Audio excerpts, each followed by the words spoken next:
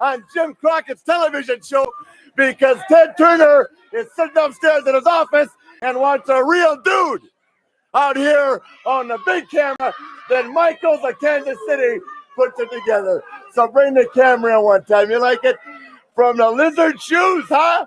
About $700 to the Rolex watch to the biggest diamonds my finger can hold. You are looking at pure class. But wait just one moment. You see, when your name is Ric Flair and you represent the National Wrestling Alliance and you just happen to work for Jim Crockett Promotions, then every once in a while, come on over here, David, the Crockett's dig down in their pockets to show some appreciation for what a real champion should be toting around. And you see, the whole country has heard about it. Now they're going to have a chance to see it. And I'm talking about $40,000 of 24-karat gold, silver, diamond, with my name written on the front of it. That's right.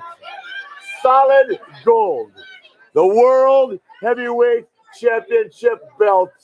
Worn, owned, operated, and by yours truly, the World Heavyweight Wrestling Champion. So you see, ladies and gentlemen, whether you like it or not, I'm custom made. Whether you like it or not, I'm your world. You hear so much now around the world, they want to be the world champion, that I just like to take a time out of my schedule to come out here periodically and show y'all what the world champion's all about. Ronnie Garvin, Dusty Rhodes, Magnum TA, Bob Armstrong, Tommy Rich, Wahoo McDaniels, doesn't make any difference. To be the man, Daddy, you gotta beat the man. And whether you like it or not, you know, the only difference between me and the guy in the red cape is I don't need a phone booth to bring my action in. You understand what I'm telling you? I'm the best there is. Woo! I'm the world heavyweight wrestling champion. Woo! Woo! He certainly is. You bring somebody out here to follow that stuff, brother. Woo! Let's go to the ring. What this network needs, this network gets. I promise you that. Ladies and gentlemen, this is the main evening. Broadcasting live from Shaolin, Staten Island, New York City. Freak Show Central. Where's that? New York City. It's the Turnbuckle Throwbacks Wrestling Podcast with Phil, Jay, and that pain in the ass, Choppy. On Rant EM Radio, proud member of the Shining Wizards Network and Dark Satellite Media.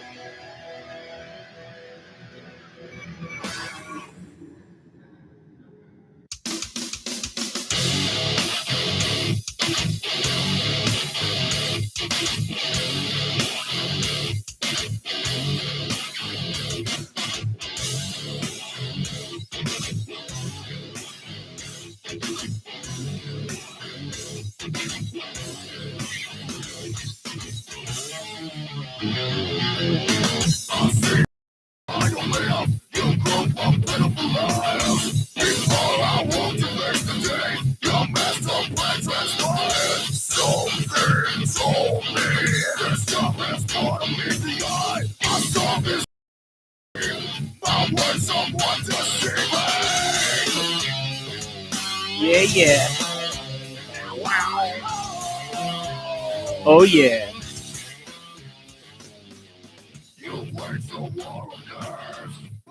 Anyway, You talk about heavy. That shit's heavy. That's a riff. Hey, what's up, Choppy? Chops. Chops is on a location. He's on assignment He's on location. He's on location. He's on location. Friday Night Delight. What is this? March the 5th? Yeah. March the 5th, 2021. Episode 396 of the Turnbuckle Throwbacks Wrestling Podcast. How's everybody doing tonight? Let's say hello to Choppy because he's in the chat room there. Choppy's a pain in the ass. Anyway. Yeah, man, we're live. Turnbuckle Throwbacks on the rant. We are live. We are live. In color. In color. RantEMRadio.com. Pardon the mess behind us. I haven't cleaned up the living room. We're part of the Shining Wizards Network, part of Rant EM Radio, part of Dark Satellite Media. I'm Phil. That's Jay. Yep. Let's play Jay's music, shall we? You want to play Jay's music? Let's see. Where's Jay's music? Hold on. Where's my fucking... Especially 8-bit style. It's 8-bit style. That's right. It's Jay's big 8-bit theme.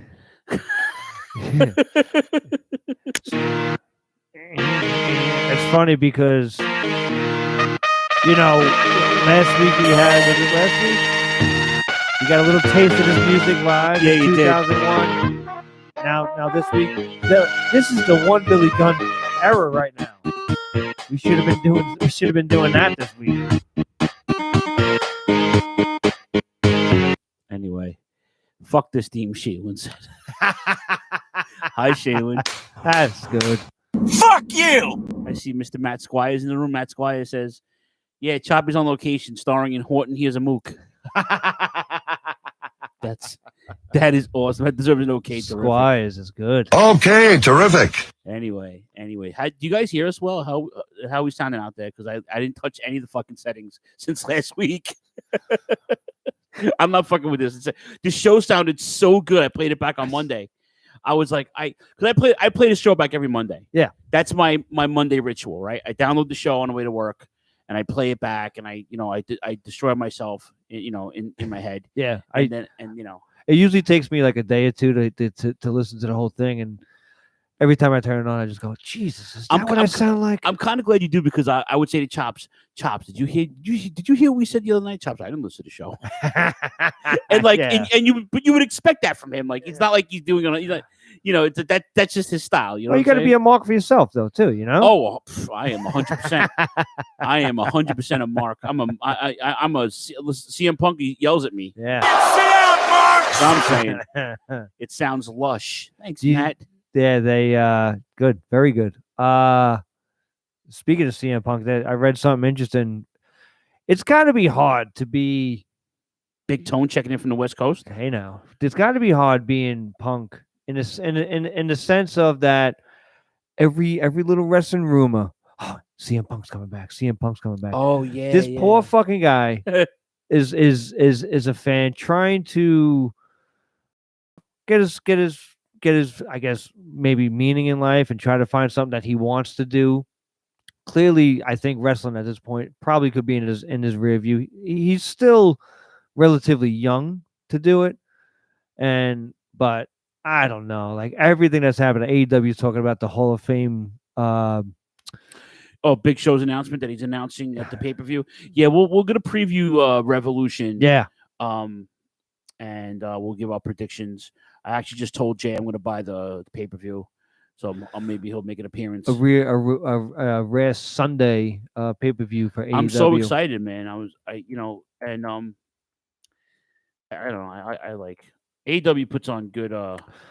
Yeah, they only do 40. I like it that way. And especially that because it's not overly saturated, but they're. I enjoyed this past week. I thought it was good for what it was.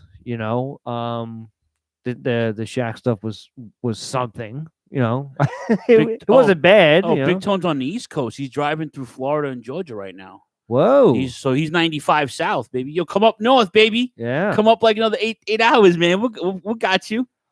Holy shit. Stay on 95 north. Take the Jersey Turnpike to exit 13. And then make a left to come to my crib, son. That's how we're doing it. Anyway, Big Tone checking in. With Brock's merchandise being off the WWE website, do you think he's making an AEW appearance? Matt, you stealing my fucking thunder, bro. Because I was narrowing it down. Tully wasn't that bad, dude. Don't be. I thought Tully was. Tully was great. But anyway, I was Matt kind of stole my thunder. I was gonna say it's gonna be either him, Christian, Mm-hmm. or Punk, but now Punk ruled himself out. Well, I mean, it's listen. either Brock, it could be Christian, because Christian made that one appearance, but he's on the contract with WWE. No, he's not. But you have to admit that Christian, unfortunately, does get he does get shitted on by WWE. Not so much the fans. I know like Christian is like widely regarded as like the better worker of the two inside the ring. I think Edgley would admit that too. Yeah, and but RVD maybe. But I think RVD is. I haven't seen him. I mean, I think he's done with Impact, as far as I know. Speaking of Impact, I was taking advantage of your. And I was watching. They showed a clip of him and Sting last night. Oh yeah, I was watching that. So they. I'd seen. I don't even know what kind of shape he's in. Listen, he's got to be in great. I think he's still got to be in great shape. You know, Punk could be doing the thing with, you know, everything's a work, but I don't know. That doesn't fit. If Punk is saying, if he's commenting on it, it isn't going to be him. I can't see Brock doing it unless Tony Khan is taking a fucking taking a mortgage out against the Jacksonville Jaguars. Brock is not shitting on WWE. Jacksonville's in a pretty good shape in terms of. I mean, they were the worst team in football next to the Jets. Yeah. So they have the #1 pick this year, I think. So it's like, I mean, they got they. I mean, I don't know. He's. I'm still on that. Why he win that Booker Award? But yeah. I listen. At this point, and I guess we'll get into AEW now. I don't know. Yeah, I mean, we just thrown right into it. Listen, I'm. This whole thing about them, I get Big Show, and I said it last week. I'm like, I get why they brought him in. And I get why he walked away from 20 people like out of their minds. I'm like, you do realize the guy was there for like 22 years. What's up, Uptown Georgie? He was there for 22 years, and he didn't like the contract they offered him. Yeah, he wasn't doing anything. And I told guys this in 2014 when the network started that he should have had a job forever. Yeah. Right.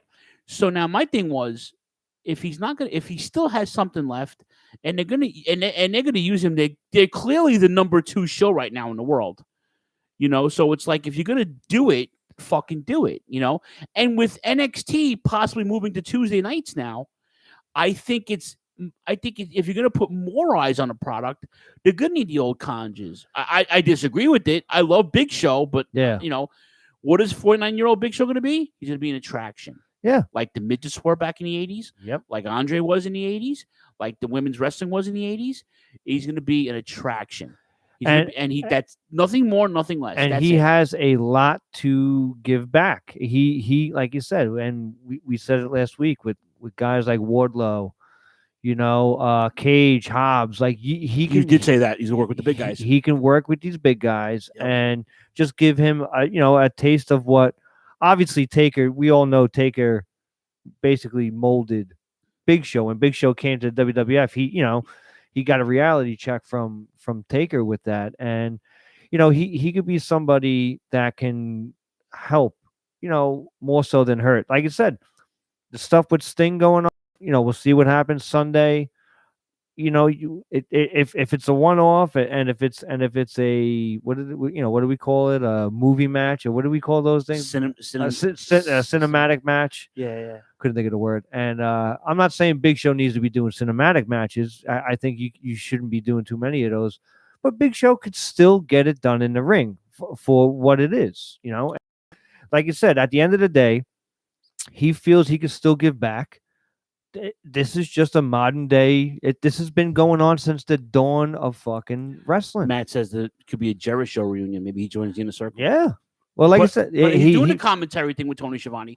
They're adding more content, which is what TNT wants him to do. And it's listen. My father said this before rappers were saying it. You never knock another man's hustle. Absolutely. You never knock another man's hustle. If he wants to make his money, let him make his money. Tony Khan probably threw the vault at him for whatever he was asking, right? Yeah. And if I was Tony Khan, I'd probably do the same thing. How do you not have the chance? It's a marquee name to have the biggest wrestler in the world.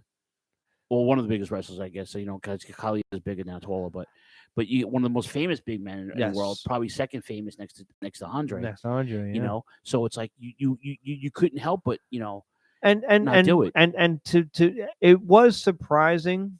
There's no denying that, but you can hear it from Big Show's interview on Austin's podcast, a video one on the network. Like you could tell that he's not happy, but like things have changed. Like it's not pro wrestling anymore. It's something different. But with WWE, so maybe he's he's trying to get back to where the wrestlers are in charge of their characters. Like, they have more say, let's just say, than they do in WWE, So listen, it's creative freedom.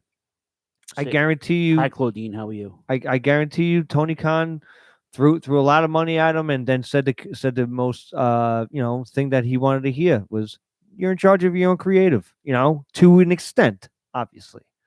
Yes, he's the biggest big man over Yete and Johnny Gonzalez. You know who said that, right? Yes. Matt Squires. Yeah. Uptown Georgie says that Shaq, he had a hand in Shaq, helping Shaq for that match. I believe it. That makes sense. Big Tone, I'm going to talk about Tully Blanchard in a minute. Yeah, I just want to get the Shaq shot away first. And Big Show.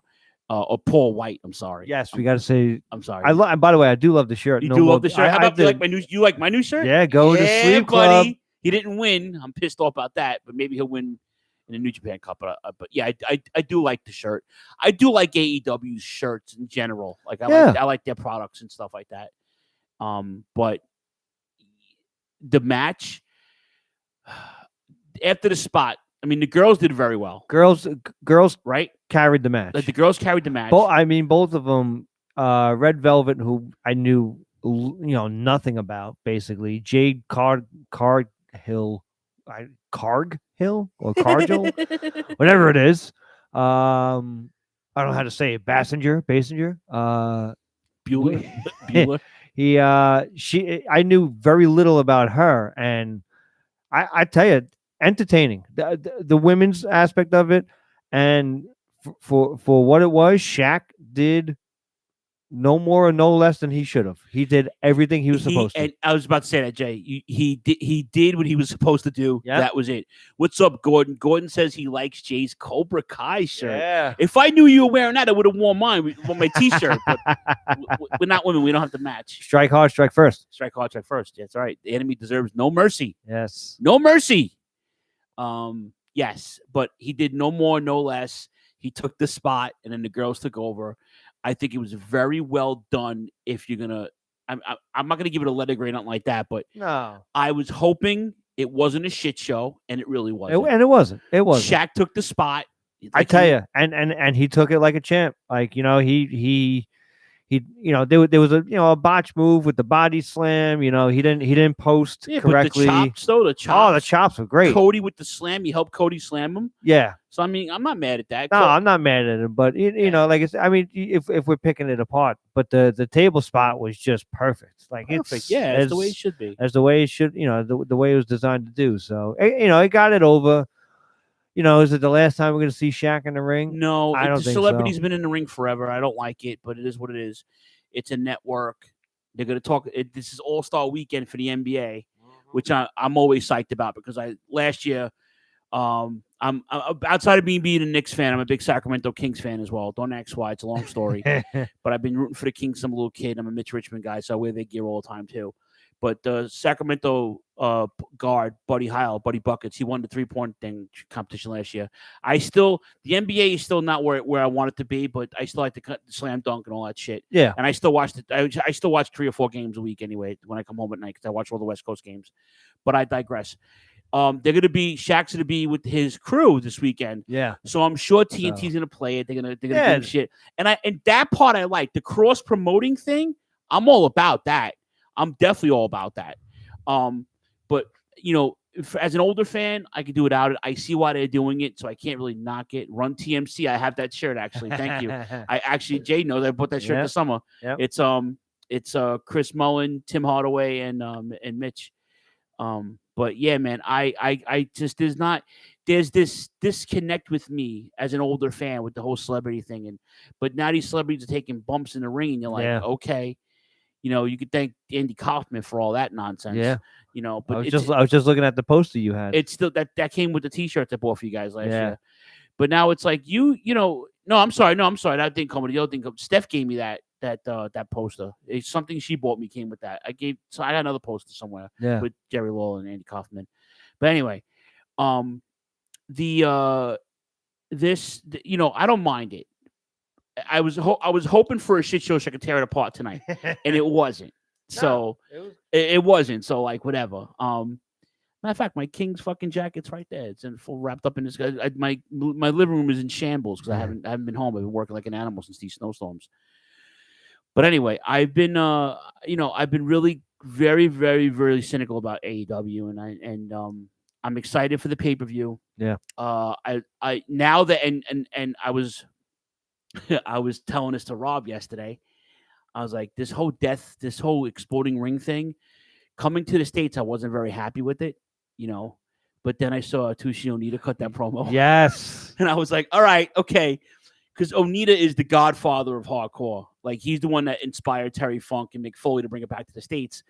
And he inspired Paulie Dangerously to do it like that. And they even cross-promoted back in the day, right? So when Onita cut the promo and was like, I don't think this is his kind, I was like, whoa. Yeah, he's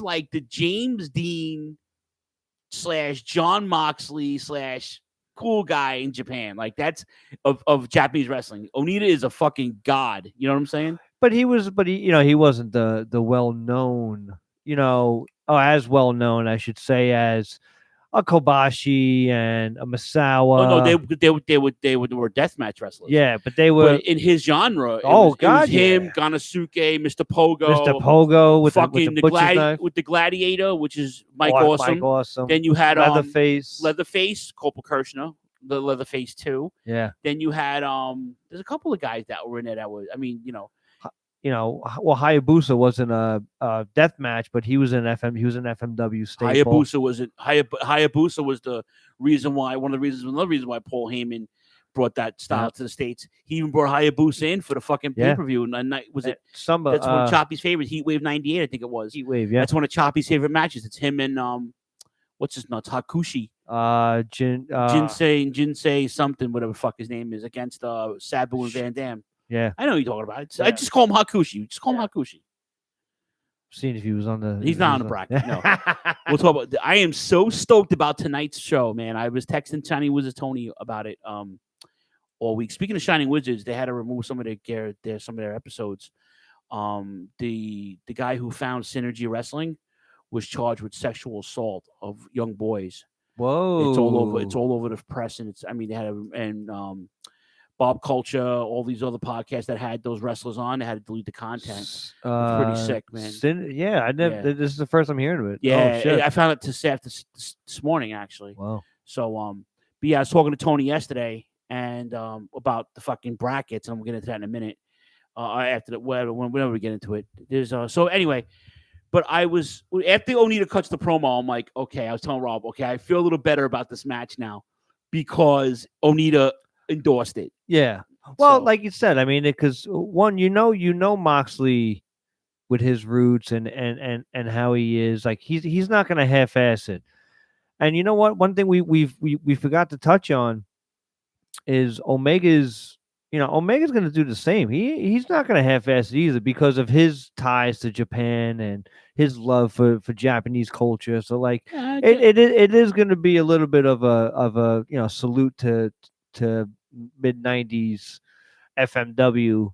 I'm curious to see how it's going to pan out. I think it's going to turn some heads for sure. I agree. I'm excited. Any other thing on Dynamite before we go into the yeah, absolutely, the Tully stuff. Okay, now, so as Big Tone mentioned before in the chat room, Tully is in a 6-man tag with FTR against the Jurassic Express, right? Which, by the way, I love Luke Perry's kid. Yeah. I think he's fantastic. I think the kid's got fucking guts. He's got a lot of chutzpah, as the Jews say. He's got chutzpah, and the boy can go. And he's so into, and Luchasaurus, Marco Stunt could do it out, but he's a filler. He's like the Hornswoggle of AEW, Yeah. A little more agile, actually. But Tully comes out with J.J. Dillon Yes. and the 10 pounds of silver. The 10 pounds of silver. So, listen, he's got balls. He does. You know, I am a mark for nostalgia, hence why we're 9 years in now with this podcast in July, right? And if a guy can go, a guy can go. Tully didn't have to do much. Yeah. And it was perfect. And it's the same thing with Shaq. What he did was good. It reminded me of when the Brain Busters or anybody from Bobby Heenan's family had to have Bobby team up with them. As a matter of fact, Bobby filled in for Tully in the Survivor Series because he failed. He popped the coke to drug test. But anytime Bobby had to fill in, even in the Garden, he didn't have to. I remember one time it was the Islanders and Bobby against the Bulldogs, and I want to say Tito Santana. It was a 6-man in the Garden. And just all the Islanders did was beat up on Dynamite Kid and then tag Bobby, and Bobby come and just put the fucking boots to him and then come back out. Yeah. You know? But Tully did this when he did it. I'm on Highland Boulevard. I'm on an express bus. When Tully hit that slingshot suplex, I was like, I fucking popped. I'm like, yes. Well, like I said, because it's perfect because, you know, Marco Stunt obviously on the smaller end, and he's the perfect complimented him well. Yes, yeah, 100%, because 100%. You're gonna make Tully. Listen, Tully's gonna do what Tully does. He's a heel at the end of the day. He's 60-something years old. You know, he's 65, 66. I I saw him in the ring a couple of years ago at WrestlePro PWS. He came out and saved Tessa Blanchard. And he did a drop kick and blew out his fucking quads. Oof. So, but I met him that night and he signed my picture. I have a picture. I mean, I showed you the picture. Yeah. Him and I posing with the 4. And then after the match, they bring Sean Spears in. They throw the 4 up, which Choppy called months ago. Yeah. Choppy called that months ago. So now they formed that. He's the first person I thought of when that happened. And then Arn Anderson comes out from the back and does one of these. I'm like, whoa. Yeah. So now I'm saying to myself, now Flair's been very active on social media talking about how guys didn't reach out to him when he was sick or when his kid died. Him and Arn aren't talking right now, apparently. Tully is 67, correct? 67, wow. Oh, Rob's in the room. Say hello to Senor Domingo. What's up? Hold on. Doing flips and shit. The Queen, Miss Taba, is in the room too. Hello, Tabes. Hello, Tabes. So, she's watching at the birthday party. At the birthday party. Hello, everybody. Hello, everybody at the birthday party. See, that's a woman, man. Yeah. Supports her man even when she's not home. Yep. That's what I'm talking about. That's what you have. You're so blessed. You're so blessed, and we're very Always blessed. We have good people in our lives, man. We really do. But anyway, I digress. So now you know, it was so well done. Well, especially like you said, with I didn't see the Sean Spears thing happening because you see, you know, the you know, he's out there in the camera thing. You just go, oh, yes. this Hi, is something Steph. different. Hi, Steph. Oh, there you go. See, I told you we have good people in our lives. And you see that and you just go, okay, and then as he interferes, you just go, oh, it's got to be Sean Spears. And, you know, I didn't see it happening at first, but I literally popped so hard for the double spot Spike pile driver. Spike pile driver. It's Horseman to see that, and just I thought that was good on Tabor's favorite wrestler, Luchasaurus, of course. How you can't get mad at Luchasaurus, bro. No, he's a character wrestler. He's a personality. Yeah, and that's what wrestling misses. Yeah. And especially like to see all that stuff with, you know, how they play into it, where he's 98 million years old. And Shaylin said Tabor's more of a woman than an ugly plastic bag made you guns. She's 100% right, Shaylin. 100% right. On gave him the blessing. I did say that, Big Tone. You know, it's fucking Shaylin, man. What a shit stirrer she is. Shaylin's like this. Shaylin's like our Marco Stunt. Yeah. She's like this big, and she's the shit stirrer of the whole crew. She's the loudest one. She's the loudest one. I love it. I was by your job today, Shaylin. I didn't go in. I went to Lids to trying to find the new Mets hat, but I couldn't find it. Oh, it's Joey. Hello, Jay. It's Joey. I guess Joey's on Tabor's. Oh yeah. So Joey. Either way, hello everybody listening, watching us on a Friday night when you don't have to. Yeah.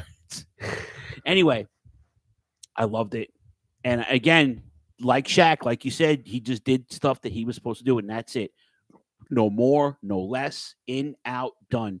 If AEW wants to put themselves on a different level than everybody else, and if they're gonna bring these old conjures in, right? if they're not gonna do anything different, because they're not, No, yeah. at least make it entertaining. And like I said, That's it. and that's the other, and you know, but at some point you got to separate itself. And I think WWE, if the rumors are true, if they do separate and go on Tuesday nights, that's the best move WWE can do right now. Put honestly. NXT on Tuesday nights. Put NXT on Tuesday nights. So they're merging with Peacock on the 18th. I got the skinny. I'm not going to switch over until the 18th. I signed up for an account, but I didn't sign up for the premium yet. What's up, Mr. Rod's chilling down in Florida right now. Dr. Plant is in the building. You know, if they're going to move content over and then make that if they're going to make that part of a bigger thing, it should have its own night. It should. Listen, I don't listen. Fuck ratings, and I love Nick. I love Ratings McGee, his cousin. I love them all. I love everybody who loves ratings. Bro. We're only on a couple minutes, man. Don't beat yourself up. But you know, hey, anybody see Richie? It's his birthday tomorrow. Richie, cuzzo. Anybody seen Richie? Hey, happy birthday, you fuck. I was hoping you'd come in the room. Wish you had birthday before you last year we did it on your birthday, I think. But anyway, if they move it to there's no more competition in terms of television. Television now is moving to different mediums, platforms, I should say.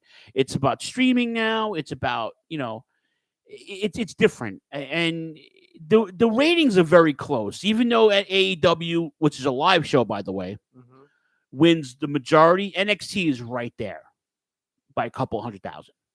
You know, and if I'm wrong, please point that out to me. But every time I've seen the ratings, it's like the ratings don't pop me no more. This ain't 1997. You know. Well, that's like the whole thing is, and I think this is the smartest thing. First off, WWE just getting paid, you know, especially they're laying a lot of people off, but they've cleared as much money this past year as they ever did, and they never left the state of Florida. It's amazing to think of it Before that we way. get to WWE, because I want to talk about the Hurt Business. Oh yeah, let's go over the pay-per-view for AEW. Revolution.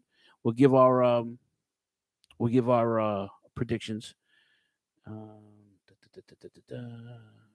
$50. Yeah, Rare Sunday. This event will traditional $59.99 will also stream for $49.99. It kicks off at 8 p.m. on the Fight Network. Yeah, something like that. I'm not paying $60 for this thing. If it's more than $50, I'm bootlegging it. I'm sorry. I love AEW. He's only kidding. I'm only kidding. I was kidding with you, Frank. I was kidding. No, Richie's birthday is tomorrow. My cousin's birthday is tomorrow. But Richie has been so good to us. He supported us every fucking week. Always does the right thing. Buys his shirts. Absolutely. Sends me a delicious belt. And we're family. We'll always be family. Yes, you're over here now. So thank you, Rich. And I hope you have a wonderful birthday tomorrow. And thank you for hanging out with us tonight. We love you. I love you to death. You're one of my favorite people in the whole wide world. We grew up together. All right. Let's do this. I'm going up against NBA All-Star. It's going up against the NBA All-Star game. I don't watch the All-Star game, bro. I watched the fucking shit before it. I watched the skills, and I mean, don't get me wrong. I'll watch the game, but I'll watch the replay or whatever it is. But yeah, it's it is what it is. Anyway, the buy-in pre-show match: Rio and Thunder Rosa versus Dr. Britt Baker and Rebel. Yeah, it's a perfect opening match, a perfect pre-show warm up. Rio, I think she was on AEW this past week, right? Otherwise she hasn't been on at all. Yeah, I'm gonna take Britt Baker and Rebel for the win. Yeah, you got it. Yeah, I'm gonna take them for the win. Slam dunk contest is it really? They're not doing the slam dunk on its own on Saturday? On tomorrow? Fucking COVID. Oh my God. God, I hate goddamn pandemic gimmick bitches. All right. Don't get me now I'm mad, but I gotta get back into show mode here. All right. Casino Tag Team Battle Royal. 15 teams are in. Who you picking? How do you How you not pick Pac and Ray Phoenix? Yeah, dude. I was dude. just They about went to over. say that, man. They went over serious business this past week. Who who did they face? They faced it was like almost like a squash match. Yeah, it's let's say John Silver and D3. John Schuyler, I'm sorry. Schuyler and D3. Like there was just a massive like squash match. Like these guys are star. First off, I love Pac. I think this guy. Yeah, you're big on Pac. I know. I love this guy. I think this guy. I met Pac a bunch of years ago when Mania He was here. is. I just put a mic in his hand, and he's like a weird British accent. Eddie Kingston. Just put a mic in his hand, and magic will happen. He just looks like he's belongs in Lord of the Rings. Him and what's her face, Alexa Bliss. They can fucking go walk around fucking Middle Earth. Yeah. Anyway, Miro and Kip Sabian versus Orange Cassidy and Chucky T. I can't Wait for this. I still love. I listen. I Where still is love Trent Orange Barrett? Is he Cassidy. hurt? He's hurt. He's hurt. Elbow. I think Elbow. Okay. I think he blew out his elbow. If I'm not mistaken. I'm a Trent Barrett. I mean, I'm a Trent and Chucky guy. Yeah. You ask Hammer. Me and Hammer have been watching those guys since Chikara, and Eddie Kingston, by the way. Yeah. We love best friends. But I think the heels are gonna win. Yeah. Miro. They need to win. I love Orange Cassidy. I love Chuck Taylor, but Miro and Kip Sabian, whatever, he gets to knock around with Penelope Ford, which is awesome. But Miro needs to win, and he needs to get away from this happening right now because you want to repackage him already. You got to be on his own. He has to be a monster. We all know he has a comedic side to him, but enough's enough at this point. Okay, all right. Listen, I hear you. All right. Hold on a second. Let's and then the next match is the Face of the Revolution ladder match. So it's Cody Rhodes, Scorpio Sky, Penta, Lance Archer, Max Caster, and to be determined winner earns a TNT title shot. And that's what they're saying at the Hall of Fame caliber. This is why it's got Rob Van Dam written all over it. To me, yeah. I'm taking Penta. Oh yeah, I if they're gonna keep Ray Phoenix with Pac and give Penta the push, yeah. Well, I mean, I like the Lucha Bros together. I got Uncle Elmer and Hillbilly Jim. Dope. Yeah. I like to see Penta. Max Caster in there. It's a filler.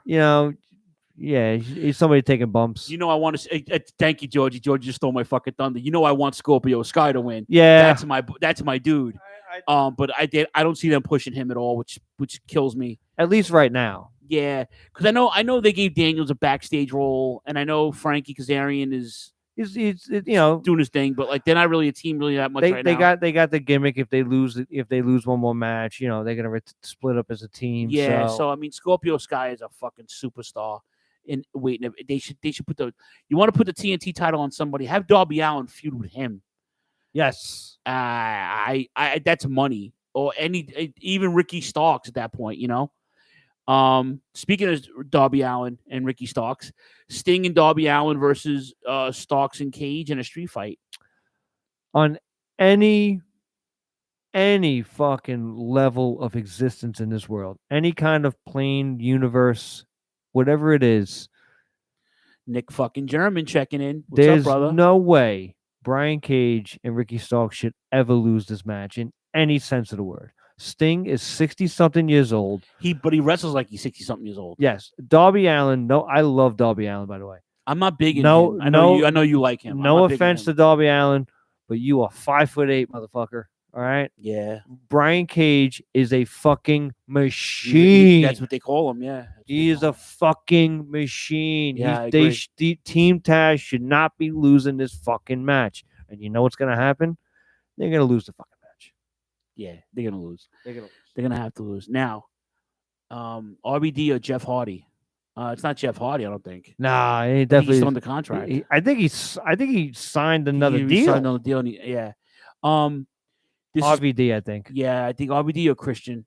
And I'm putting Christian as the wild card. That's my thing. It's not Brock. It's not It's definitely not CM Punk. But anyway, if I was Tony Khan, I'd throw the fucking vaulted CM Punk, but that's besides the point. We mentioned Jim Crockett's passing. Did we mention Jim Crockett's passing yet? No, we did didn't. not. I played Jim Crockett promo in the beginning of the podcast. We'll get into he passed away a couple days ago, and we were gonna do it before the break. Well, yeah, I did it. Yeah, we'll get into that in a second. Young Bucks defending the titles against MJF and Chris Jericho. It's personal now. Papa Buck got put out. I like it. I mean, if I'm not suggesting it's going to happen, I still think the Young Bucks are going to win. But I think if you would have put the belts on Jericho and MJF of like 2-3 months ago, I would have been all over it. Now, I think it's kind of sales. I'm in the mood for a nice babyface Jericho run before he, slows down. Granted, I mean, listen, he's in great shape, and he's still putting on great matches. Once again, he's, however he's doing it, but you got to go with the Young Bucks on this one. I'm gonna take the Young Bucks, and I'm going to throw in Sammy Guevara as a wild card to get his revenge on MJF. Mm-hmm. Darby Allin's weight as much as Sting's age. Guess who said that? Jalen? No, close. Oh, Squires. Yeah, Squires. Fucking great. Let's not kid ourselves. The Bucks are going over. Yeah. But like I said, if you gave the Inner Circle the titles, Georgie and everybody else, I wouldn't mind it because Sammy Guevara might be the wild card, as Jade thinks that's all a shoot. I think it's a work. I still think it's how about a when they work. call Comrade Turkey Tits? Yeah. How about that shit? That was hysterical. Oh God. Oh, God. look, MJF Shay, we'll is just put it amazing. up there. Look, see, look. I laughed so hard when MJF called Conrad Turkey Tits. MJF is what this world needs. A fucking heel. Kurt Angle. Oh. No way. Oh, although he is under the Conrad fucking umbrella. He has his own podcast. Does Kurt Angle do we need to? But here's the more important question. He did say Hall of Fame. Do we need to see him? No, I mean, we don't. Again, do you need to see a fucking 55-year-old RVD too? I think that would pop a bet. Oh, Cobra Kai never died. That's right, Tabes. I think that's Tabes. Sweep the leg. It's either Tabes or Dylan. We don't need to see a 55-year-old RVD. It's just his kind of match. It's his kind of match. That's why you're taking. But what do you think would make a bigger impact, wrestling wise? I'm not saying against wrestling WWE. wise, Kurt Angle. I would say RVD. Spot wise, RVD. Spot wise, yes, but wrestling wise, I'm saying not Booker sense, T, man. He's under contract. No, I don't think. I think like if Kurt Angle were to come out, it would be great. But that's more of a personal dig and a personal fuck you to WWE. If RVD came out, that's more pro wrestling type of stuff that happened to me. To me, I don't want to. I'm tired of seeing the pitting against everybody like EC3. EC. Well, he's on the Ring of. He signed a deal with ROH. He did resign. Okay, yeah. They're having their pay-per-view coming up too. Yeah, we'll preview that next week, I think. Tony's Mount Rushmore list is all. Remember Tony's Mount Rushmore list. That's all I'm saying. Hint, hint. Is it Mucachino time? Rods. Every time Turnbuckle Throwbacks is on. Every time Turnbuckle Throwbacks is on, it's always a Mucachino time. Yeah, Rod's made a drink called a Mucachino. Inspired by myself and Choppy. Okay, let's move on. AEW Women's Championship. Hikaru Shida defending the title against Ryu Mizunami, who beat fucking he beat Nyla Rose. Yeah. And he put up a good fight too, Nyla Rose. Yeah. So it's not Glacier, you fucking Glacier would be awesome. Hey, listen, what Glacier popped by the Turnbuckle Throwbacks camp. What's up, wrestling fans? This is former WCW wrestling star Glacier. Make sure to tune in to Turnbuckle Throwbacks with Phil, Jay, that big pain in the butt Choppy. So make sure you tune in before blood runs cold on you. He wouldn't say. That could be the best one yet. He wouldn't say ass. Well, blood runs cold on you. Before blood runs cold on you, Glacier. See. Thank you, Ron Singh, by the way, for that.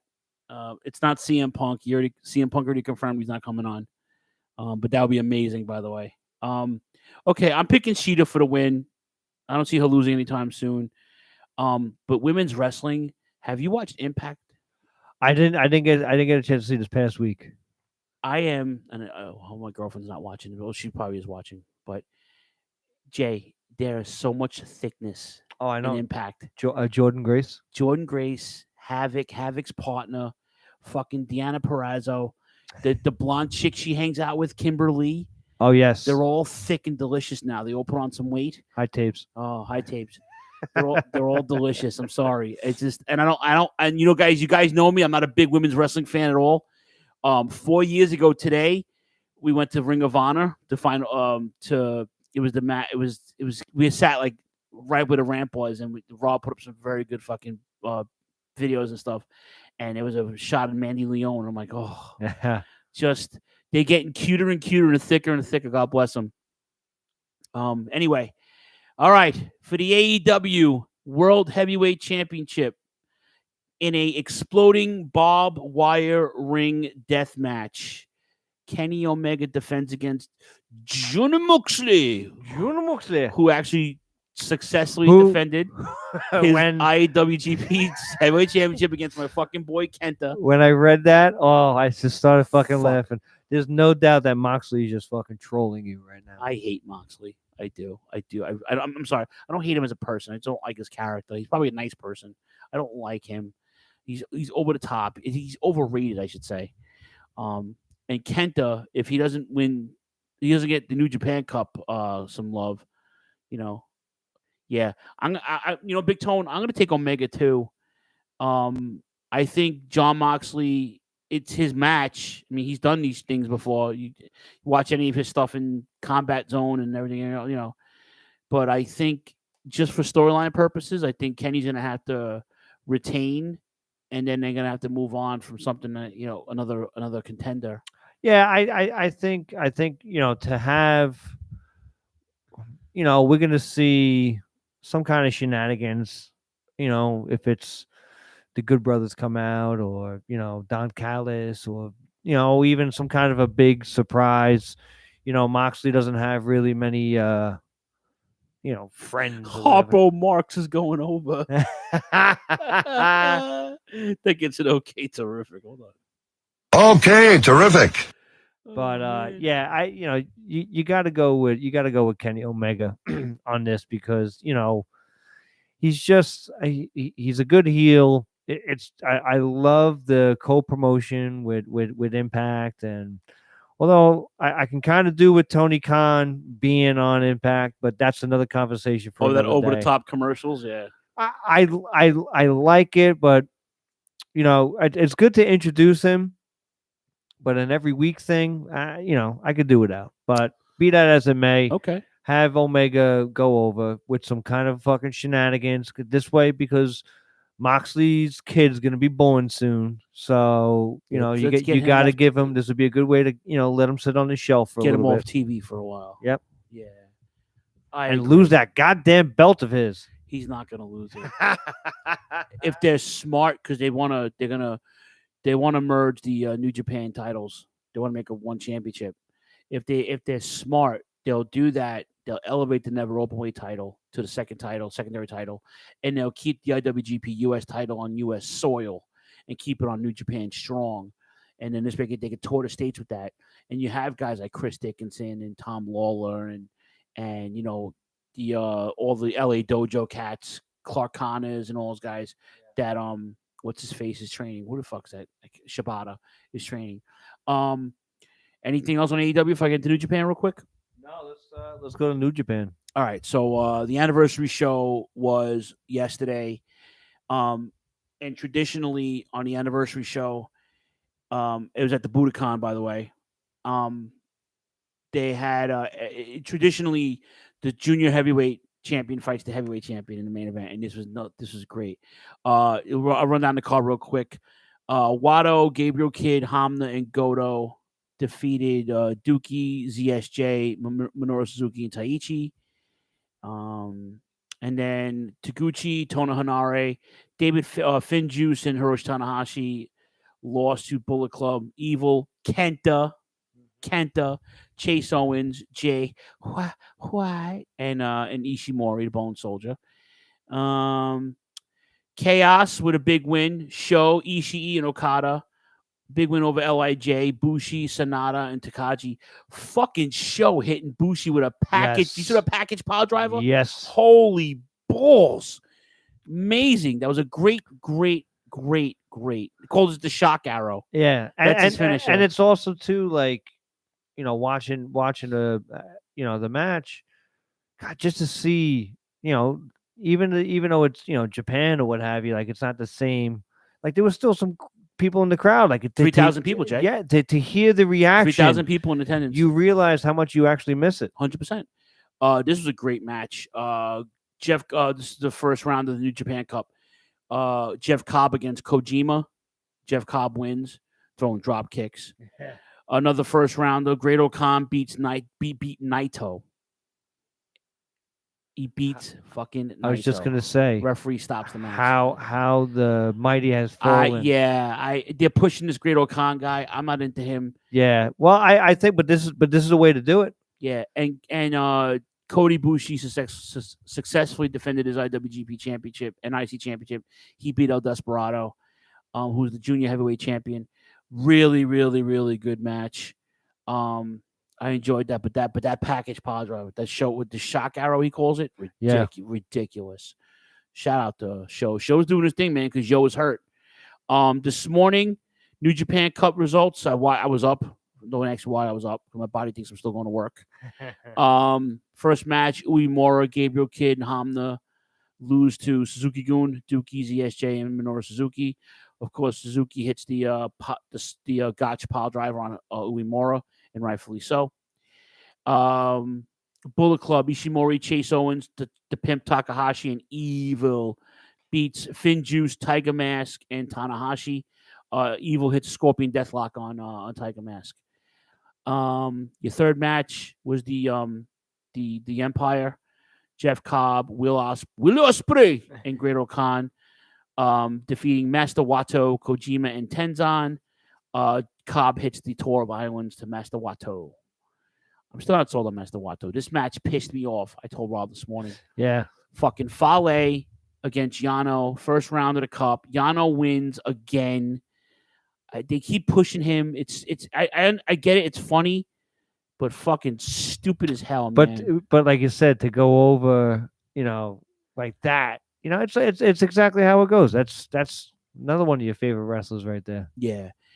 And my favorite match of the night, this was of the morning, I should say. Taichi is the first round of the New Japan Cup, by the way. Another match. Taichi beats Hiroki Goto. Jay, this was a good This I haven't seen. So. This was I told you have to watch this match. I only read the results. So good. Jimmy Crockett passed away. Yeah, it was apparently he had COVID, I think, before. He was sick. He's been sick for a while. Yeah. But there's no denying what, his contribution. His father, he took over from his father. And apparently, wasn't really too keen on taking over in the 70s. I think his father died in the 70s, and he took over Jim Crockett Promotion. They were mostly loosely based in Carolinas. They were loosely. They were the Carolinas, man. Yeah, that was their territory. Yeah. But I mean, they wouldn't really touch part of Florida, and they didn't have to. They all swapped talent with Georgia and all that. I mean, it was once they got they had their own TV. When you have TV back then, it was a big deal. Mm-hmm. And when you were back by the Superstation, the guys wanted to be on TV, so they would swap with everybody. Florida swap with them, Georgia swap with them, and it was so good. It was the reason why the territories were the way they were, because guys like him and Vince Sr. and Eddie Graham and Sam Mushnick Yep. and all these other all these promoters, Vern Gagne. it's the territory thing that made pro wrestling the way it is. And if you and Fritz von Erich, if you had your own TV, Mid-South with Bill Watts, if you had your own TV in that area, you were set. Yeah, you were set. I actually just listened to a podcast. It was Nick Dinsmore was on Jericho's podcast. All right, so Eugene's got a wrestling school in South Dakota, home of Shayna Baszler, and he's trying to start up. He said straight up, "I got a nice little promotion here. I'm trying to start a territory." Hey, and that's cool. And it's it's when and Matt's right. It's amazing how well pro wrestling works when everybody works together. It could still work without territories because now you have all these different platforms. You have social media, you have YouTube, you have Daily Motion, you have companies with their own streaming companies. Like there's this, it's evolved. But Jim Crockett, I just played last week was the 35th anniversary of the Big Gold Belt. Yeah, and I played the promo, and it was that kind of mentality of the Crockett's, and the Crockett's knew how to promote. They bled money at one point because they, later on, they did, but when they sold the Turner, they were still in part of it. They were still involved, and he was very instrumental. Well, Crockett himself, Crockett Jr., he was president of the NWA in the 80s. Right. He was a very vital part of the legacy that at least of especially what this show is basically our podcast is based off of the nostalgia that we think of. He has a very strong foothold in that, and it's something that if you really think about it, you don't know how good someone is until now you're talking about him posthumously, where all of a sudden, you're like, oh fuck, man, he really was important to the fabric of pro wrestling. I would not that he tried to go up against WWE, but it was two different things. They were two different promotions. Like you can't, Jim Crockett Promotions, 85, 86, 87. God, it's hard to beat that. Jim Crockett Promotions changed my life, my wrestling watching life. Yeah. I told you I didn't get cable until 1990.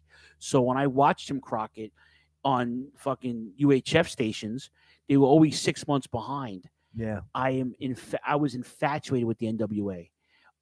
It was my life. It was, and don't get me wrong, I loved WWF when I was a kid. And but before I had cable, I didn't watch AWA and all that shit. I didn't have the Superstation, but I would go to friends' houses in the late 80s and early 90s, and I'm watching fucking Clash of the Champions and Starrcade and Great American Bash. But before that, 85, 86, 87, it was my life, dude.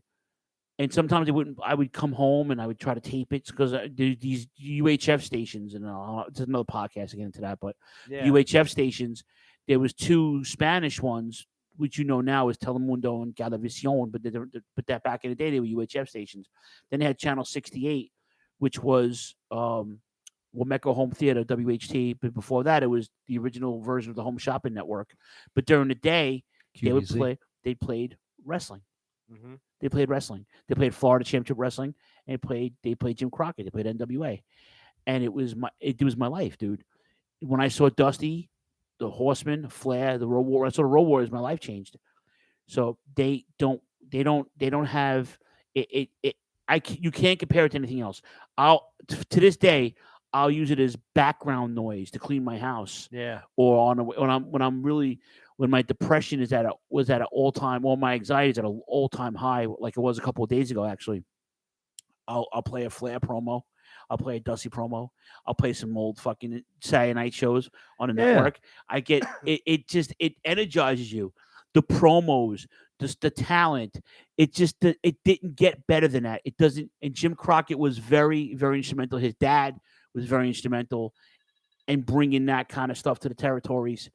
And it changed my life. It changed the way we watch wrestling because of cable television. Without a doubt. And like you said, especially what he brought, because it was it was the alternative at that time. Like, you know, they were big, but they were just still seen as second place. But we all know that like the action inside the ring is where it was more important. But what about, listen, I was 12 when Dusty got his leg broken in Georgia in the Omni, right? And I was 12. I was still 12. I think it was 85 was the thing that he did it, right? So when he came back and did Hard Times, right? I believed that his leg was broken. Yeah. I believed that he hated Ric Flair. I believed that he deserved to be world heavyweight champion. Yeah. And if they could sell you on that, when you're starting to get hip to it, then it's like, okay, you're good, right? Yeah. When Flair told me that he was custom made and his shoes cost more than Buddy Landell's house, right? And when he told me he was going to beat up Magnum TA, when he told me he was going to beat Ronnie Garvin or Dusty, when he told me that, you know, anything, I believed it, you know? So if you're selling me with that, okay, I like it. I love it. It's and then the Aptomags just amplified everything. Absolutely. Right? So Jim Crockett was very, very instrumental in setting the tone for what wrestling was about to become with cable. If it wasn't for cable with wrestling, Vince wouldn't have a platform. Mm-hmm. The Von Erich family wouldn't have a fucking platform. Bill Watts wouldn't have a platform. They started getting the notoriety on cable. Those guys had channels before that, Vern Gagne too, but it wasn't until, you know, the Crockett's putting that talent on to make wrestling mainstream. Yeah. Because you had wrestling on in the 50s on TV, you know, especially in San Francisco with Roy Shire's territory, whatever. But I digress. Yeah, so sad day. It was a sad day to see, and like you said, you know, and the wrestling world, they, you know, WWE did the right thing, AEW did the right thing, ROH I know did something as well, like, you know, so like his contributions are not ignored, you know, but it's a shame that it always comes to this. It's always after the fact. Listen, if Jim Crockett didn't give Dusty the book, or after Dusty, Kevin Sullivan, you know, like if Jim Crockett just knew the business, and, you know, the family knew the business, they had the whole family involved. They had cameramen. His mother was involved at one point. Yeah. His brother Dave was an announcer. You know, Jackie Crockett was another one. Like, it was a family. It was wrestling. It was mom and pop. But when they got big, they got too big for the mom and pop gimmick. You know. Yeah. So, any other news and notes that I missed that you want to get into? Anything else that you want to cover? I think that's it. All right, let's get into this commercial break, and then we have a cool little gimmick for you guys tonight. Crockett was the foundation of what wrestling would be. Of course, that's exactly how I put it. And like I said, in a different universe, in a parallel universe, imagine if he would have won the war. You know, when they were in the late 80s, where would we be now? He was putting free TV against WrestleMania. He was trying. Hey, you got to give it. They were good matches, but you got to give it. You got to give him props. Got to give him props. All right, listen, guys. We're the Turnbuckle Throwbacks. If you didn't know, and it's Phil, it's Jay, it's the chat room. You guys are awesome tonight, by the way. And we're gonna take a quick break, plug our pals, and then we're gonna come back and have some fun with you guys. And then we're gonna start your weekend off right. All right. Let Alfred Hayes take us to the break. Promotional consideration paid for by the following.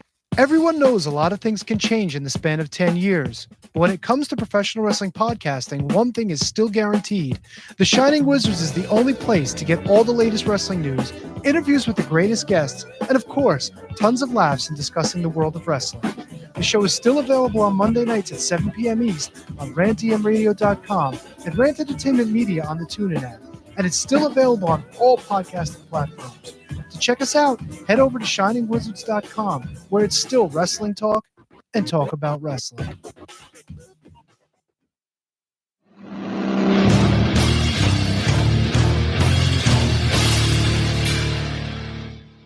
Horns up, beautiful motherfuckers.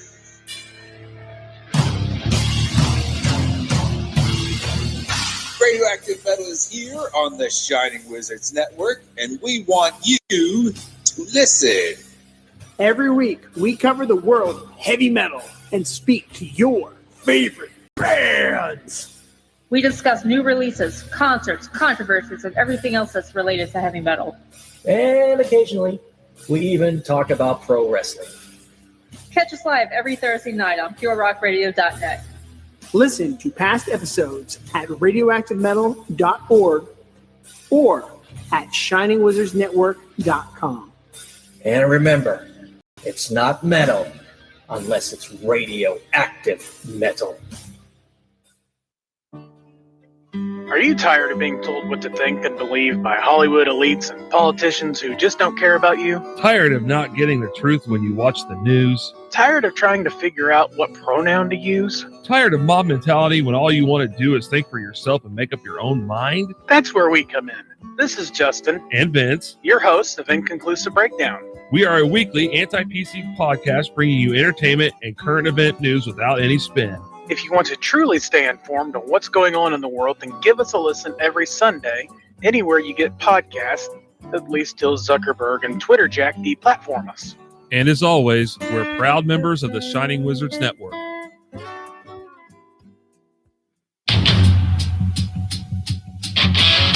Tired of the PC police telling you what you can and cannot say? Want a show that travels back to the 80s and 90s where the badass hosts have beaten down cancel culture on 3 separate occasions and carried on to gloat about it?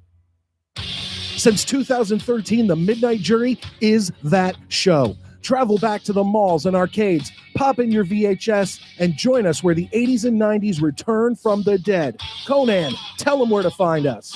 WLWstudios.com, home of the Midnight Jury podcast hosted by Midnight Mike and Calvin Brody. Also available on all major podcast platforms via the Shining Wizards Network, and join in the conversation on Twitter at Midnight Jury.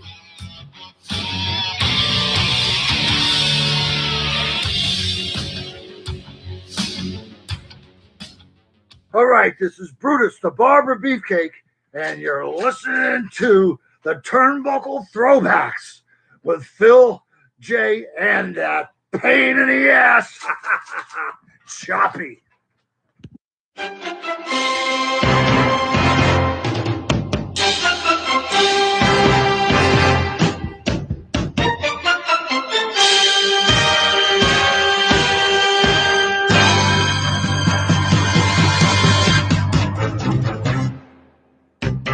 All right. Like that, huh?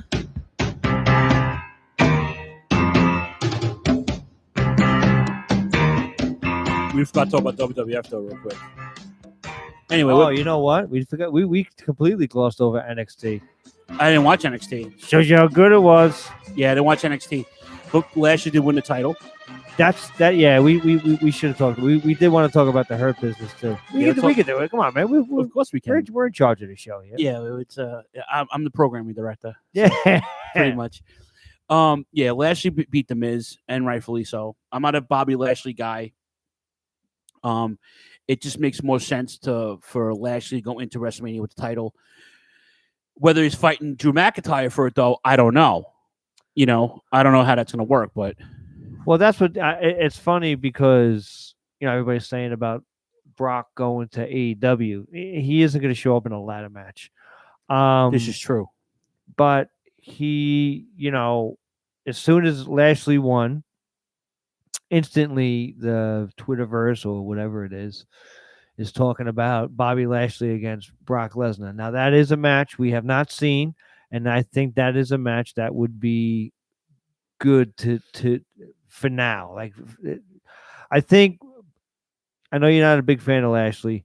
I like Lashley. A lot of people do. I think he is leaps and bounds better than he was. His time in Impact really shaped the way that he is right now. I think he's literally at probably a peak physical. Oh no, yeah, 100%. You know what I mean? And the dude, he's good on the mic, but he doesn't need to be now because he's got fucking MVP. And And all of a sudden, the Hurt Business now winning the tag belts. Like Yeah. these guys are garnering. Like this is Hurt Business is starting to get Raw a little interesting. Yeah, 100%. It's getting a little interesting to see 100%. now. I agree. So I think it's more than deserving for him to be the champion. He needed something like this. To win against the Miz, I don't think it cheapens it. It would have meant a little bit more if it was against McIntyre, I think. Okay. All right, that makes sense. I've slowly turned into a pretty big Miz fan, and that's nowhere near to try to put the Miz down. But it's, to me, if Lashley's gonna win, you want him to be dominant, and Yeah. go against somebody else. And for everybody talking about I don't want to be a transitional champ. I don't want, transitional champion thing. Listen, if it moves the storyline along, I have no problem anybody being transitional champion. Bottom line, the Miz is a really good hand. Jay talks about Bobby Lashley, sharpening his craft. The Miz,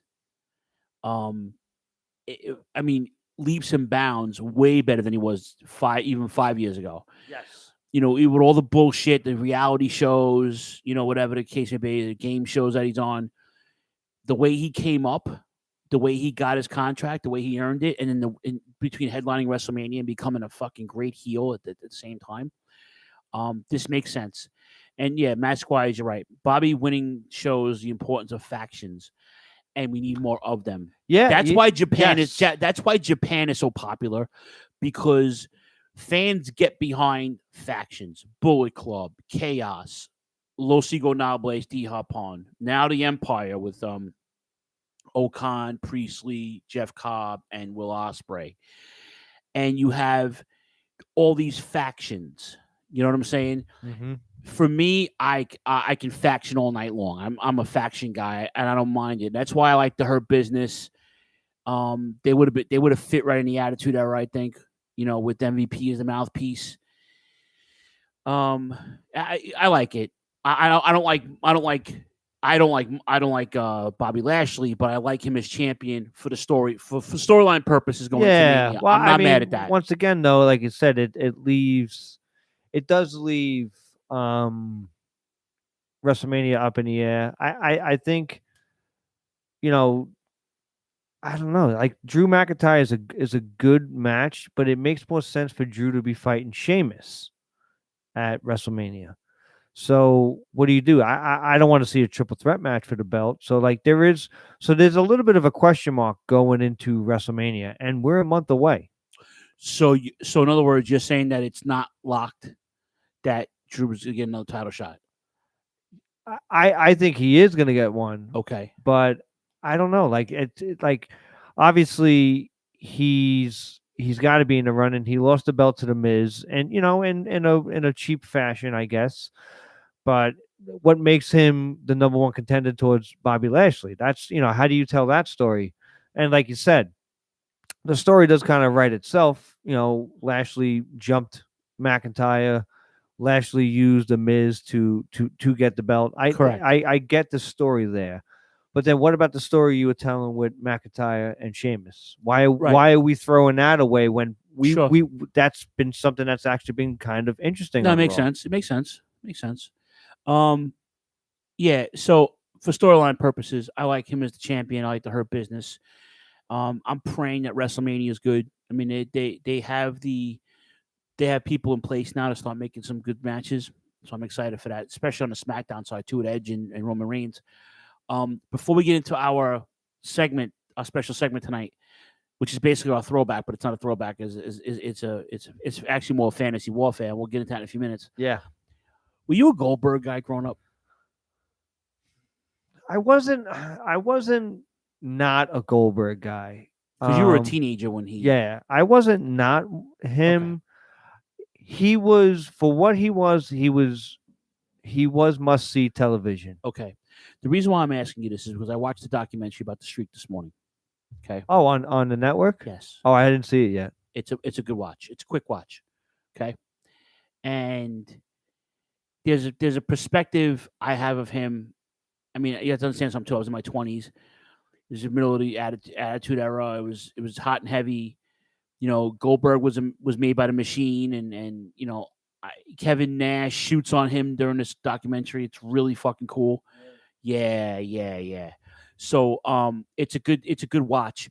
I asked because now that you're grown up, well, depending on what social circles you sit with Jay, but I kid, I really do. But now you can see this through rose-colored eyes, rose-colored glasses. When you watch this documentary, though, I want you to get back to me on your perspective of Goldberg. What? So now you're saying your perspective changed? My perspective was everything I thought of him. How he isolated himself, how the boys wanted to help him, how he tried to live his gimmick and isolated himself, how he admitted to making mistakes that way. Yeah. All right. Everything I thought of Goldberg was fucking true. Well, that's always the story I heard about him, was that Hogan got in his ear and... Well, it was really DDP who was instrumental with him. I didn't know that. Well, helping him. Yeah. I didn't know that. And again, I didn't dislike Goldberg. Let's not get it twisted. And the streak, let's be honest. I mean, 85% of them. It's like fucking Julio Cesar Chavez when he boxed. Yeah. He came in. He was 86-0. Yeah, he fought 84 matches in Mexico, though. No one knows it. No one saw it. No one's seen it happening. Right. So, like, how do we know Goldberg went 176-0? How many fucking house shows did you wrestle in a week? But no, all joking aside, my perspective of him stayed the same, but I have a whole new respect on how they pushed it. Yeah. And how he didn't have an input on anything. If you watch it, like he didn't go into the back room and say, "All right, this is how I'm gonna lose the title," and all those. They tell you how he lost it, why he lost the title, and how he does it, and what was done, and shit like that. But yeah, definitely watch that.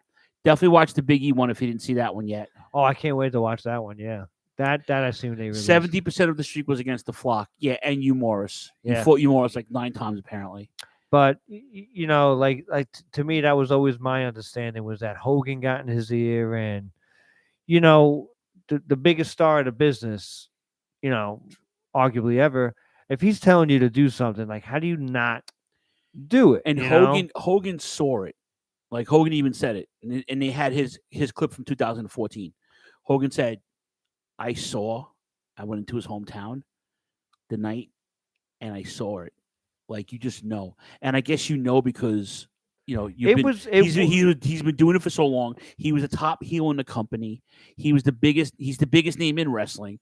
So if he's telling you it was the right thing to do at the time, they needed a baby face to do it like that. And they didn't do Sting. They didn't do Luger. Thank God. Right? Yeah.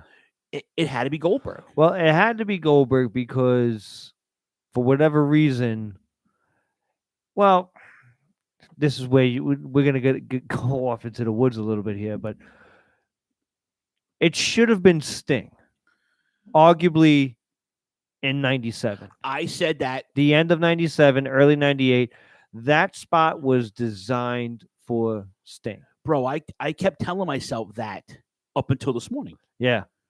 Because I'm a Sting guy. But you cannot deny that groundswell. I can't. And that's what when I watch it, my perspective was, okay, it's everything I knew it was. Yeah. How they built him, how the Sheik went. It was how designed that way. Yeah. And I appreciate and respect his honesty. And I'm not a big Kevin Nash guy, but Kevin Nash had some really good points. Matt said you should do a rundown of every major wrestling moment involving a title that Hogan was involved in, like Goldberg, Sting, Warrior, Macho Man. That could be great. But anyway, okay. So the reason why we're here. The reason why we're here tonight. It's bracket season. If I'm not a college basketball guy, I do participate in. I did have brackets back in the day. Just to I didn't know any better because my friends at work are just we're betting fools, right? I'm not. I watch the tournament. I like good basketball like that. And I'll just jump on a team. I don't really have a team per se in college for basketball.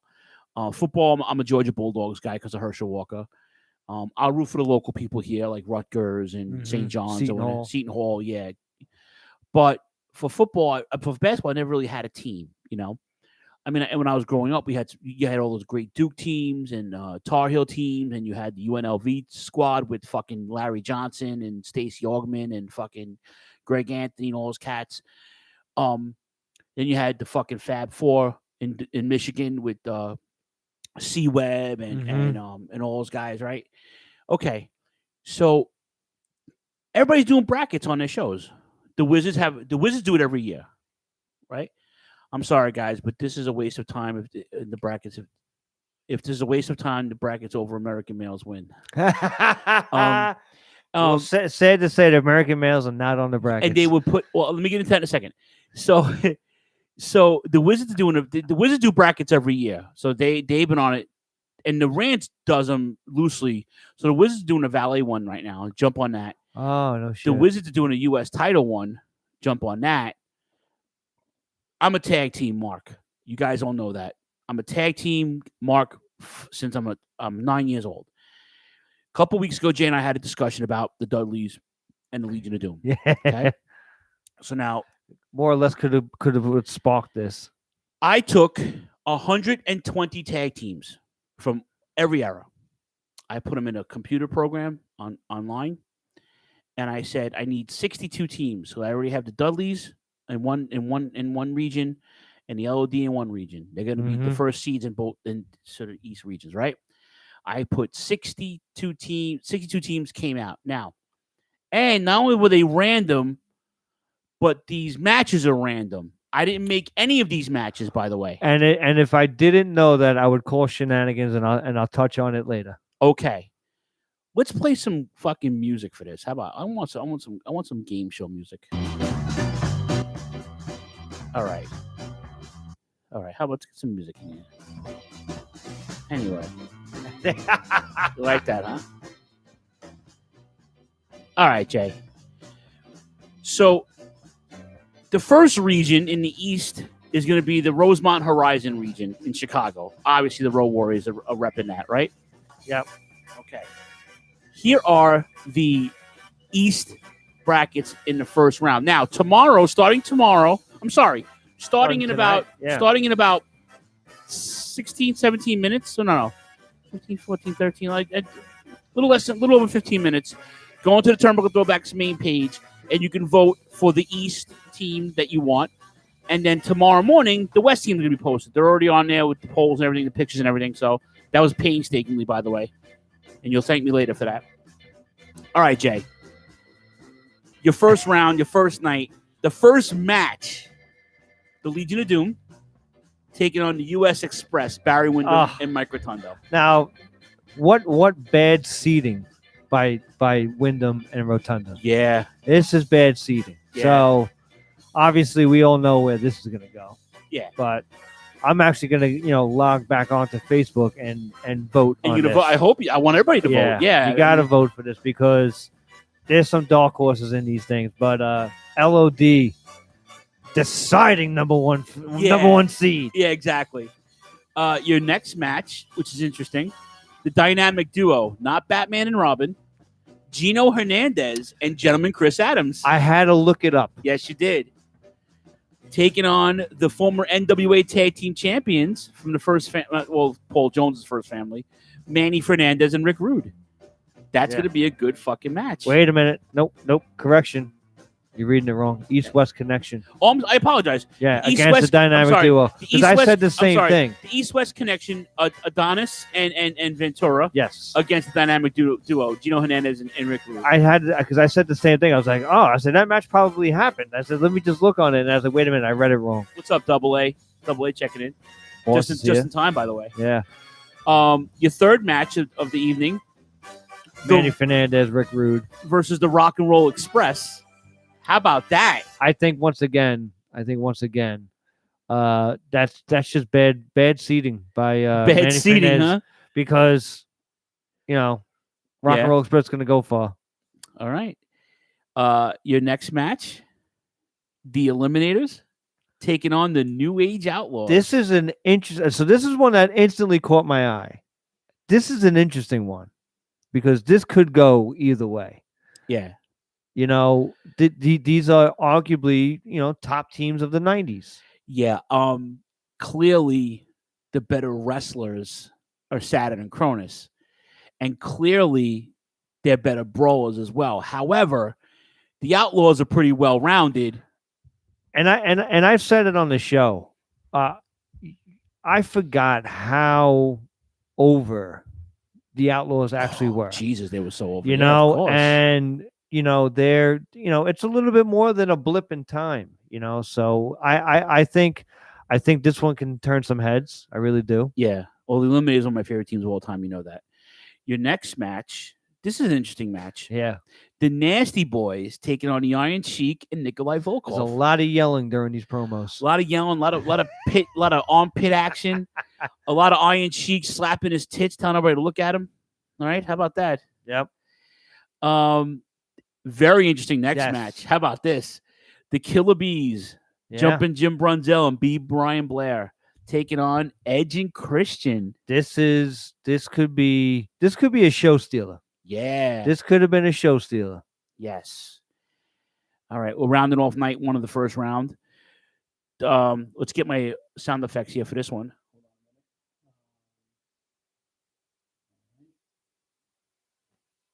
Okay. Can you hear me now? Yeah. All right. You still hear me, right? Yep. All right. How about now? All right. The dream team of Greg Valentine and Bruce Beefcake taking on Tommy Rogers, Bobby Fulton, the Fantastics. It sounded like you're in the bathroom. Choppy loves when I do that. Yeah. They do the Fantastics thing. The Fantastics. That's good. That's a great match. Undersized, the Fantastics, always mid card U.S. Tag Team Champions. Mhm. Had an amazing feud with the Midnight Express. Had an amazing feud with the Sheep Herders in Mid South. Great tag team. Rest in peace, Tommy Rogers. He made a comeback in ECW before he retired. He did the Tamikaze. Yes. Which is the Unpretty, which was what Christian does. That should be a good fucking match.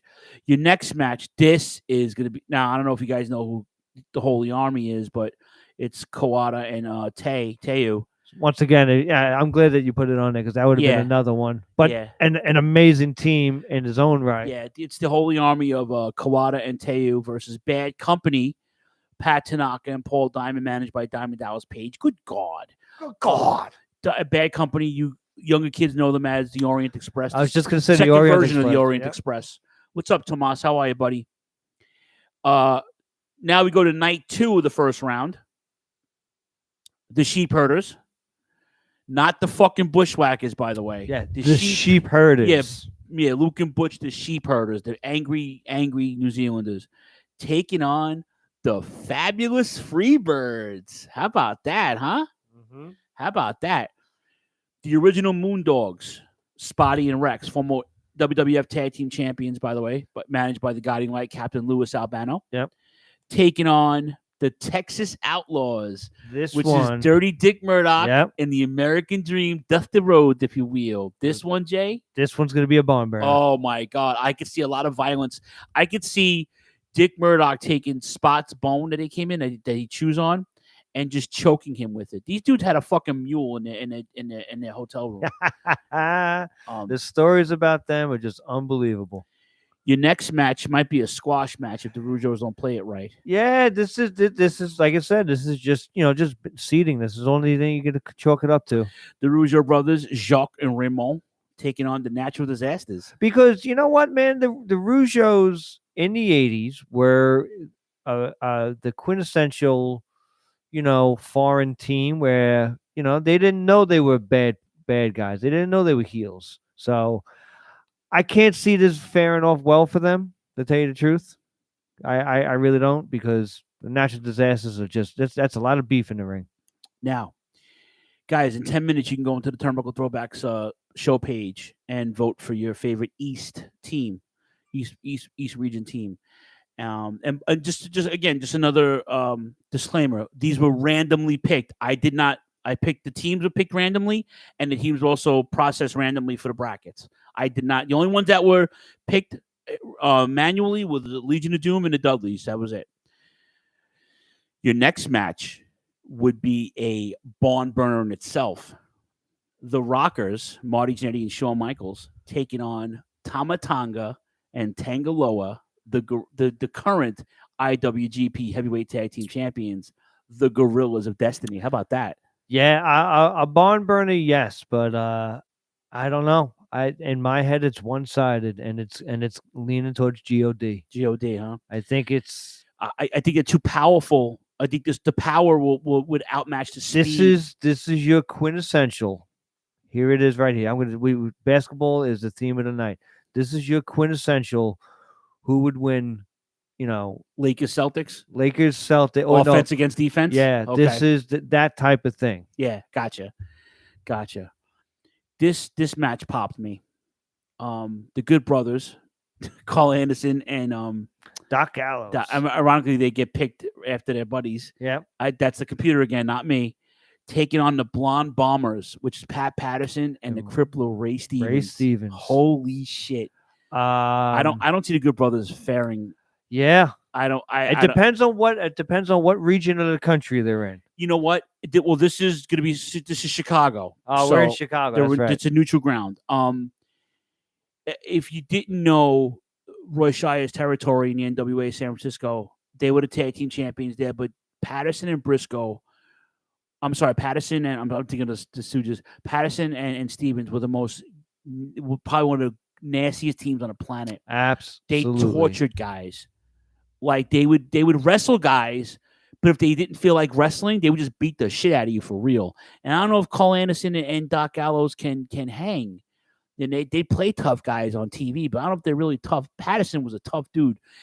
When you're the crippler, when you're nicknamed the crippler, and you're not Chris Benoit, this is the original crippler, by the way. Mm-hmm. When you get nicknamed the crippler, and you're really putting people out, it's going to be an interesting match, so to speak. We'll finish out the night of the second night of the first round. The Lucha Brothers, right? Mm-hmm.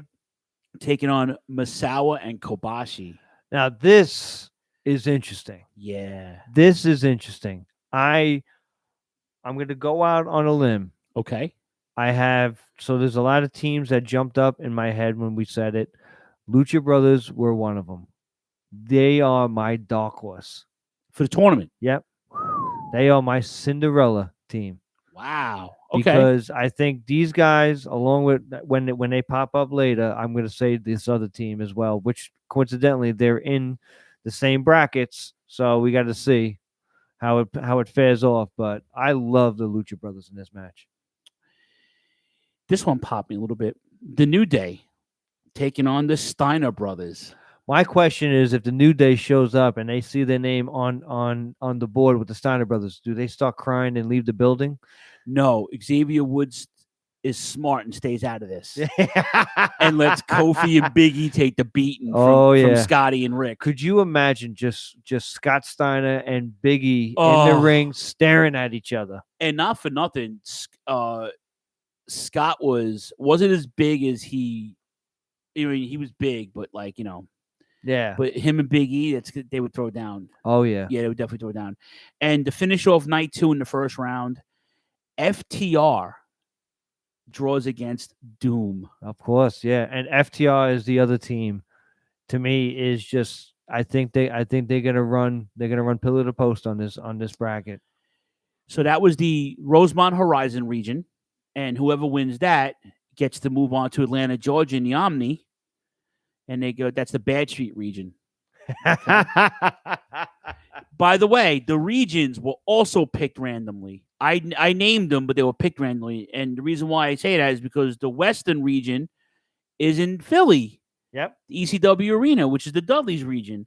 Jay, why don't you run off some of these matches? Why don't you run off the Western matches? So this one, it's funny. As soon as I seen this, I laughed because this match might have happened. We don't know. In Japan, yeah. 100%. I think it might have because they were part of FMW as well. The Headhunters. They were and Wing, yeah. So Dudley's against the Headhunters. Yes. This is an interesting matchup. So the Headhunters, if you guys don't know, they're 2 4'5", 450, 100-pound, 450.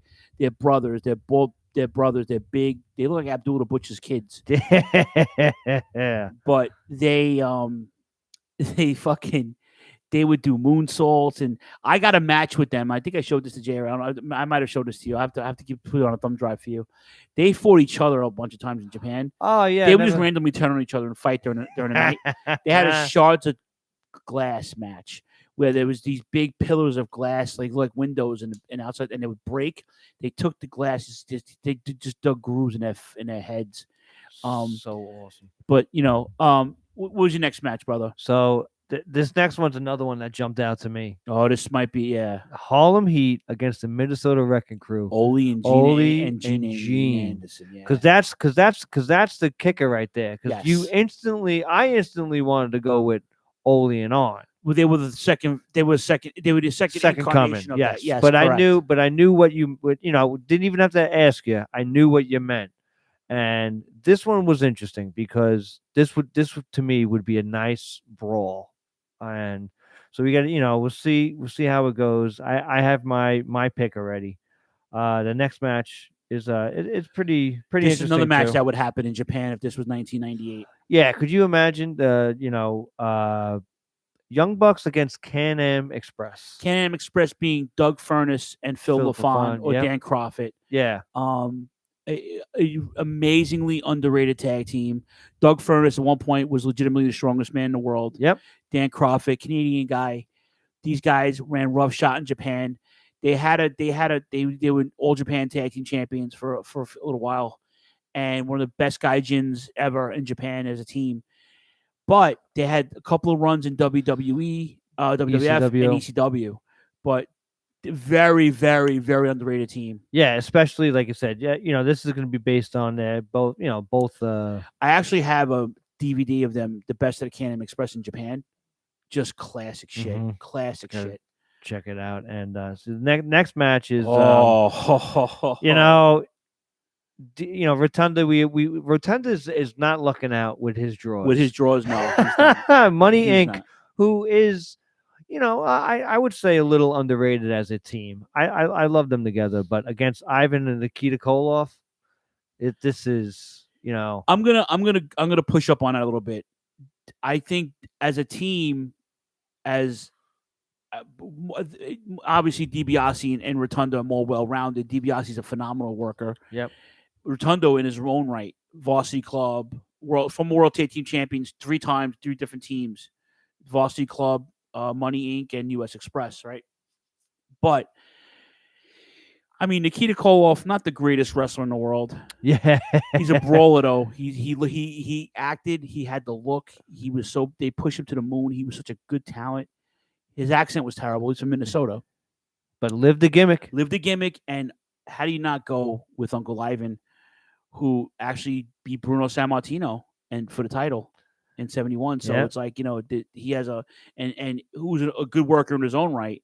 That guy can bear hug you to the moon. Yes, absolutely. Crazy. What's the next match, brother? So the next match, so once again, you want to talk about seeding. Let's just, I'm going to do the bottom team first because the Miracle Violence Connection, we all know how we feel Miracle about Violence them. Direct Connection, if you don't know, is Dr. Det Steve Williams, Terry Bam Bam McGordy, one of Phil's favorite tag teams of all time. My dark horse at this tournament. And coincidentally, going against Strike Force. Now, mind you, Tito Santana and Rick Martel, great team in their own right. Great team in their own right. And both, listen, Martel, former world champion, former tag team champion with Tony Gurria and Tito Santana. Santana, of course, former Intercontinental champion. And he was in a successful tag team with Ivan Putski. I don't know if they were tag team champions. I have to look that up.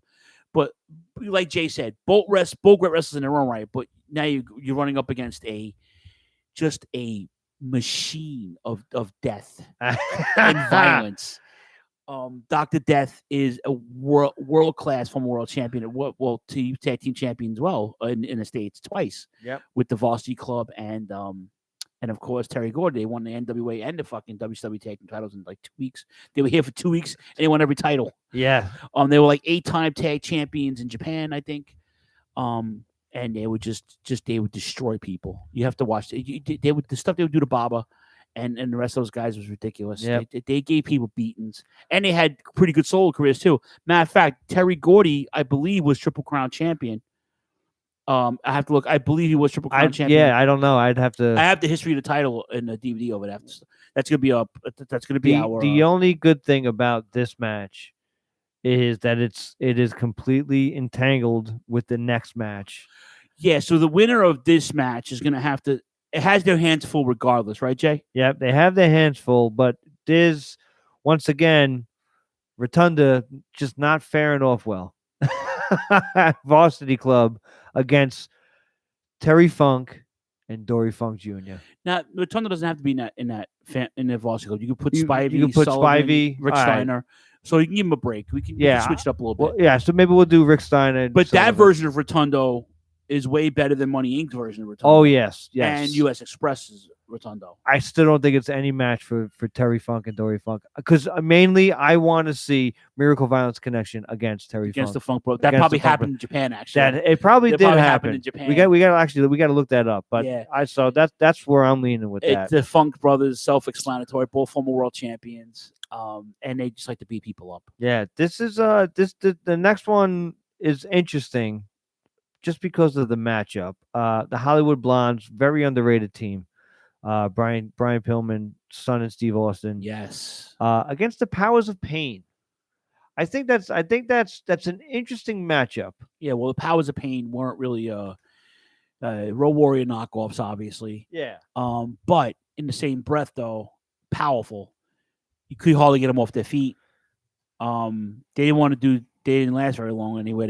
They became solo wrestlers, which was fine. But which is better off. Right. Hollywood Blondes. I mean, Pillman's coming into his own. Austin's coming into his own. Yes. But once again, the team dynamic, they broke them up too early, the Hollywood Blondes. Austin said that himself, actually. Yeah. Yeah. So, what's the next one, brother? Fabulous Ones. Steve Kern and Stan Lane. Yes. So now here's the funny thing, because it's bound to happen. The computer's got to. Yes. There's a glitch somewhere. There's a glitch. So the Heavenly Bodies. Which Heavenly Bodies is it? Is it the original? Dr. Tom and Sweet Stan Lane. No. Sweet Stan Lane was the original. It was Gigolo Jimmy Del Rey and Dr. Tom. I thought it was the other way around. I thought that's the rendition I put in there. So. Okay, I thought it was the other way. I thought Jim Stan Cornette Lane would have to manage both teams. I thought he never managed the Fabulous Ones though. No, but no. I thought the Heavenly Bodies. I thought Stan Lane was the replacement. I think he was first in Smoky Mountain. Yeah, I think what's up, Aaron? I'll have to do a little check, but I know the Heavenly Bodies as Gigolo Jimmy Del Rey and Dr. Tom Pritchard. That's why I see them. Okay, good. Then we're on the same page with that. All right, so now we move on to night 2 of the first round in the Western Conference. This is, of course, I had to hit something, right? It's all right, brother. On my computer. I'll just shut that off. There you go. Thank you. Touchscreen. Heart Foundation against the Midnight Express. So now I was telling this to Tony. Can we say match of the fucking night? That's the dream match. Who wouldn't want to see the Heart Foundation taking on? And how about this? How about them as both as heels? You got Jimmy Hart with the Heart Foundation. You got Jimmy Cornette with the Midnight Express. It's the megaphone versus the fucking tennis racket. You got Bobby and Stan. You got Bret Hart, Jim Neidhart. That's probably my favorite match of the tournament. Yeah. Of the first round. Yeah, I think when I saw that, I popped at my desk. I was like, "Oh, look at this! Yay! Yeah, something I finally like." But this is why I let the computer do it, because then I have then none of the fucking smarks are like, "Oh, this is crazy." But that's like the beauty of like to randomize it and then get that match. That is a great fantasy warfare match. The next match, Steamboat Youngblood against Jerry Lawler and Bill Dundee. Yeah, Jay Youngblood, Ricky Steamboat, former NWA Tag Team Champion. Steamboat had 3 different World Tag Team Champion partners. I think it was Jay Youngblood, number 1 Paul Jones, and of course Shane Douglas. And of course Bill Dundee and Jerry Lawler. Jay mentioned Memphis last week. Yeah. And how big we were into Jerry Lawler. These guys were over as fuck in Memphis. And it's funny to know that they did not like each other. No, in real life. Real life, they didn't like each other, but it never got in the way of business, which Yeah. which is amazing to see, especially Dundee's career there in Memphis. Well, I guess it was a thing down there because when I interviewed Adrian Street a couple of years ago on the show, he mentioned that because I mentioned him, he had a huge feud with Austin Idol, Yes. another Memphis guy, right? And Adrian was like, I didn't like him at all. And I think it was a fucking thing down there. No one liked each other down there, but they all for the sake of money, make money. You did it and you handled your business. But this should be a good match. I mean, you got the technical side of Youngblood and Steamboat, and you got the brawlers. Yeah, but Dundee- you know what? Like Dundee you and- said, Dundee you and got the white meat baby faces, and then Lawler and Dundee, who I believe were when they were teaming, they were faces, but they could wear heel hats there. I don't think it would be a big deal. The next match is pretty interesting too. The Wild Samoans against the High Flyers. High Flyers being Greg Gagne and Jumpin' Jim Brun. Yeah. And late 70s, early 80s, the babyface white bread tag team of the AWA, Vern's Kid, Gagne, and then Jim Brunzell, of course, you know him from the Killer Bees. Yeah. But before he went up to Connecticut to New York, this was his gimmick. He trained by Gagne. He was in the same class as Ric Flair And Cheeky Baby. You can't Brad Riggins. deny that, but man, the Wild Samoans, come on, legend. Sika from World Tag Team Champions. Legendary. Under the tutelage of, again, the guiding light, Captain Louis Albano. Absolutely. Captain Louis Albano has 4 teams in this tournament, by the way. Yeah. Oh, you know what? We haven't even gotten into the managers yet. How they're going to play a role. Yeah. Albano has the U.S. Express. He had the Samoans. He had the Moondogs, and he had the British Bulldogs. Next match is interesting. This is another one that really kind of caught my eye because this can go anywhere. So, and then of course with the Von Erichs, you got to go. I'm assuming we're going Kevin and Kerry, right, as a team, or we going. Who's the Von Erichs? It'll be Kerry and Kevin. Yeah. Yeah, because Mike passed away. Yeah, we'll keep. I know David. David was the best one. He was the best one, but he didn't really team. No, Kevin and Kerry were the tag team. Yeah, so against Demolition, this is interesting to see. Now, now the Von Erichs, who are good workers, good kids, but they're not fucking Billy Eaty, the Masked Superstar, Axe. You got Barry Darso, who smashed, who was Crusher Khrushchev, who was the Repo Man, who was Blacktop Bully. Well-rounded pro wrestlers, though. I mean, legit, Barry Darso was a powerlifter from Minnesota. Bill Eaty, we know he was the Masked Superstar forever and ever and ever. Yeah. Demolition, you can call them knockoffs of fucking the Legion of Doom, but you know what? They were so good. Yes. So good. They're really good wrestlers. I love Demolition. I love their music. I love everything about them. Master Fuji, the whole gimmick. I had the fucking poster. I had the action figure. I still have the action figures, actually. I'm a mark. I know. I'm sorry. CM Punk. What do you got to tell me now, CM Punk? I'm sorry. I'm sorry, Jay. Carry on, brother. This next match is, what you would when you think of tag teams, who do you automatically think of? Anderson and Blanchard, Midnight Express, Rock and Roll Express, Anderson, the British Bulldogs. On Anderson and Tully Blanchard. Always on the top of the list. Always on the top of the list. This is some bad seating.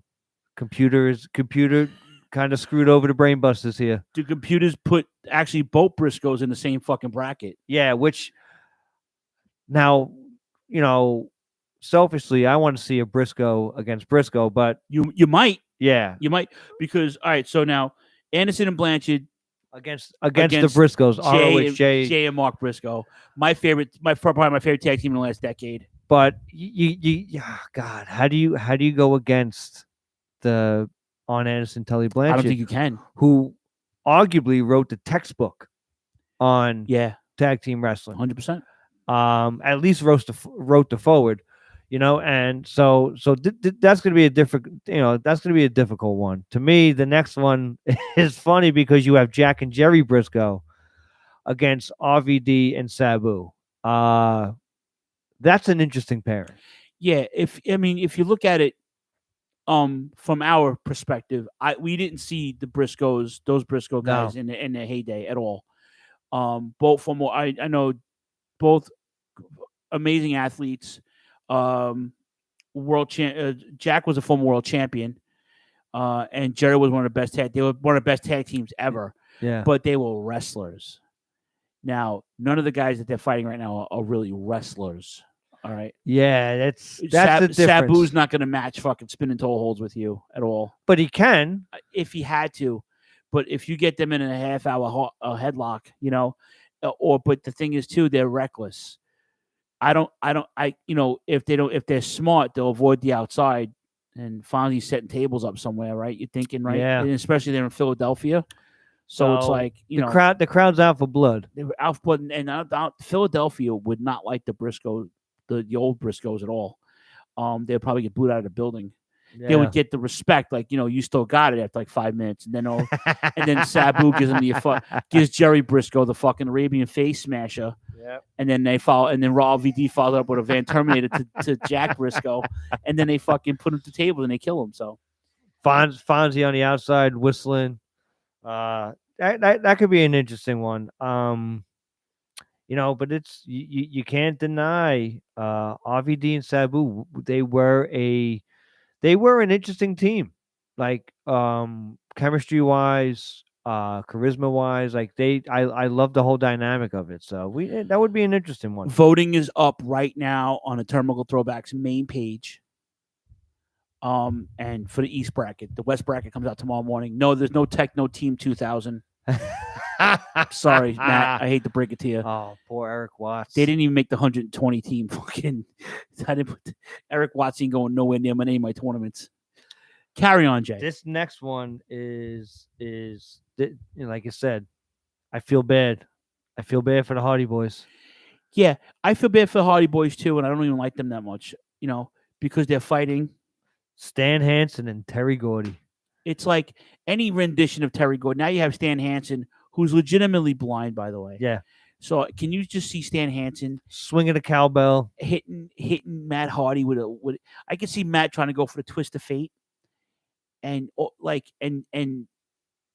Hansen just looking at him and like arching back and then hitting him with a fucking lariat, and decapitate. And then I see Jeff Hardy trying to do a high spot, and Gordy just taking him by his neck and throwing him 3 rows into the fucking into the bingo boards in Philadelphia. Okay. Yeah, it's not spelling good for the Hardy Boys on that one.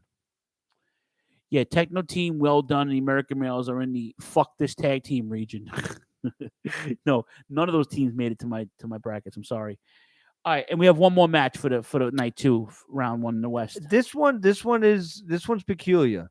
This was weird to me. This is a weird pairing. And the final match of the second night of the first round. The British Bulldogs, who everybody's been waiting to hear it, against the Mega Powers. Yeah, I was kind of pissed off when I had to put this in, because here you have one of the greatest sound, power, and speed teams of all time. British Bulldogs can't comment on Facebook, but this is where I'm listening to. Thank you, Matt. I appreciate you, brother. I love you. I hope all is well. And you have the British Bulldogs, and then you have one of the most decorated paired teams, explosive teams, right? Hogan and Savage, the Mega Powers, and for the half a year or 3/4 a year that they were on, they were the hottest thing in wrestling and one of the 2 greatest performers in sports entertainment. So now, when you're voting, where you vote, do you want the sports entertainment match, or do you want the technical? You want Dynamite Kid fucking headbutting Savage? Dynamite Kid did fight Randy Savage in the Wrestling Classic. Yes, that was a great match, by the way. And I'm sorry, Dynamite Kid fought Ricky Steamboat. I'm sorry, it wasn't Savage. No. There you go. Because Dynamite Kid, Dynamite Kid got hurt. Yeah, it was Dave Boy. One of them fought. It was first time I ever saw 2 faces fight. It was a Wrestling Classic. Yeah, do you want Dynamite Kid, Dave Boy Smith toss him around wrestling, or do you want the fucking the comeback sports entertainment elbow drops? First and foremost, the Bulldogs are just gonna run circles around Savage and Hogan in the ring. Yeah, wrestling wise, yes, circles, 100%, circles around 100%. them, gas them out. 4 minutes. That's it, tops. But it's interesting to see, because if you think about it politically, it would have been an interesting match. I mean, the Bulldogs were heels, right? When they first came in, were they heels, or were they always faces? They're always faces. They were always faces. Yeah. I would say, because that would be an interesting match to see how it would pan out in the 80s. This would have to be like a tournament or something. This would have to be something where this match wouldn't happen for real unless the Mega Powers or the Bulldogs were heels. But there would be no reason. So yeah. All right. So the winners of these matches are going to move on to the Bulldog region, which is Wembley Stadium. Yes. And then we move on to Bad Street USA, which is Atlanta, Georgia, and Yam in the East. Now, go on the Turnbuckle Throwbacks page, on the main page, the show page, not the group page. All the brackets will be up in the feed. Just click on the vote. All the team, the pictures are there, and then you can get the vote for your pictures, right? And then we'll tally up the votes, and then every week until Mania, we're gonna put the winners in the brackets. Here's the best part of it: the final four. Okay, like the final four teams of this tournament, Jay and I, hopefully Choppy's back by then. Jay and I, hopefully with Choppy, if not just Jay and I, are going to book a Fantasy Warfare Final Four leading up to WrestleMania weekend. That's going to be our throwback this Mania weekend. We're going to preview this year's Mania, and we're going to do Fantasy Warfare Final Four with these teams. So go to Turnbuckle Throwbacks page, and vote. If you don't see the brackets, because Facebook was showing these things, I'd scheduled every one of them to go off at these times, but Facebook was still putting them out, but no one saw them but me, I think. I don't know why Facebook. If you guys don't see it, we'll post the brackets up on the group page, and you guys can go to turnbucklethrowbacks1@gmail.com and vote. Don't message me because I'm not going to fucking mark off everybody's vote. But you could email us and we'll tally the votes like that. So it's easier for me at work. And then Jay and I will break down the brackets every week. So next week we got Bad Street. Yes. Atlanta, I love Georgia. the fact that we put Bad Street in there. So all right, so the Eastern bracket, you got Bad Street, you got the Horseman region, which is in Greensboro. Yep. You got the Jim Crockett region, rest in peace, Baltimore, Maryland. And you got the Mid-South region, which is in the Mid-South Coliseum in Memphis. Beautiful. Okay, and then in the West, you got the Dudleys in Philly, obviously. The Bulldog region in Wembley Stadium. The Cow Palace in Cali for Roy Shire. You got the Fritz von Erich Sportatorium, and then you have the Harley Race region in Kiel Auditorium in St. Louis. That, like I said, there's definitely some interesting matchups on here, and there's a lot of it, because this was kind of good. Like with these is you got super no brainers, but then you got quite a few of them that you can go that there's a lot of both sides can win, and there's no wrong answer, and there's a few of those here, like you said. To me. I love the idea of the Hart Foundation against the Midnight Express, and especially you got newly babyface Hart Foundation, 1990 Hart Foundation. I want a fantasy against 1990 Midnight Express. I want a fantasy warfare that. That's amazing right there. I think we should fantasy warfare that match. That is amazing stuff to see. That like you said, how that can happen. Just that match alone. Give them 25 minutes. You don't even need Jimmy Hart because we got Babyface Foundation, but you need Jim Cornette on the outside. I disagree. I think there's a beef. It's like a Clash of the Champions type of deal, or in your house type of deal. Either way you want to go. I'm pushing more towards the NWA, Jim Crockett. Yeah, I think I agree with that. And I'm thinking like the Hart Foundation show up, like we're the best fucking tag team in the world. And Midnight's like, no, we just won the U.S. titles. We won the world tag team titles. And we're getting paid. Like, you guys just should have stayed up north. You know what I'm saying? You have no business down here. You know what I'm saying? And Jim Neidhart was a territory guy to begin with. So he was in Mid-South, and he did all the regions and shit like that. But I could book that all night, bro. I could write a fucking 3-page. That's just, when I saw that, bro, I popped so hard. That's like I said, an amazing thing. And like I said, to me, I think the best thing about it is to have the interaction of Cornette on the outside to really foil the plans. I love it. I think that's going to be one of my favorite matchups that we have here, at least all off the top of my mind. Like I said, I think another interesting one is the Eliminators against the Outlaws. I think that's really Yeah, interesting. but what about the fucking Fantastics versus the Dream Team? Yes. You know, that's another great match. The Rockers against the Gorillas, right? FTR versus Doom. Lucha Brothers and against Kobashi and Masawa. You know, and then I mean, just great. I mean, even the dynamic duo versus the East West Connection. Yes, because I mean, because Chris Adams and Gino, they were a short-lived team. Yeah, but they would have been better if Gino would have stayed around if he didn't die. You know, he died at a very young age. So we hope you enjoyed that tonight. A little different. I think this was a great. As soon as you said it, I was like, oh, this is a great idea. I'm jumping on the bracket gimmick. Everybody else is doing it. So fucking why not? You know, why not? Why not do it? You know, why not? Seriously, just do it. You know, it is what it is. We could do, like you said, especially having. Fuck it. We could do, you know, watch like some best of stuff. I bet you some of these matches, like there has to be something with the Miracle Violence Connection and the Funk Brothers. Well, I just got the best of the Miracle Violence Connection because Miracle Violence Connection. I know they had their reunion tour, but that was after Terry Gordy was on the outs. But they did a tournament. They did a bunch of tournaments for like the World Tag Leagues they had in Old Japan. Yeah, I think the Funks were in one of those. Yeah, they definitely had it. 93. I'll look it up. 93 Funk was. I have the best of the whole set. I have to look it up. But yeah, there's some good stuff here. Yeah, guys, go on the page and vote. If you can't find the brackets, just if you can't find them, just let us know. We'll give you a copy of the brackets. I tell you, man, the Freebirds got to represent against the Sheep Herders because you know they got to make it to Bad Street. You know, they got to go to the second round. Matt, I did put Southern Justice. I did put the Godwins in there, but the computer didn't spit them out. But in all seriousness, I thought they were a great team, underrated team is Southern Justice. I agree. A lot of teams I put in there, they didn't make it. You know, yeah, I like there's a few teams. I put in there, and you know, the Bullet Club, some of the Bullet Club guys I put in there didn't get in there. Shane Douglas, Ricky Steamboat didn't get put in there. Ric Flair, Greg Valentine. I put there's a bunch of teams. There's so many teams I put in there, man. I put the Motor City Machine Guns I had in there. There's so many teams I put in there, but the computer didn't give me it generate. You know, we could do this again. You could do this every March. Yeah.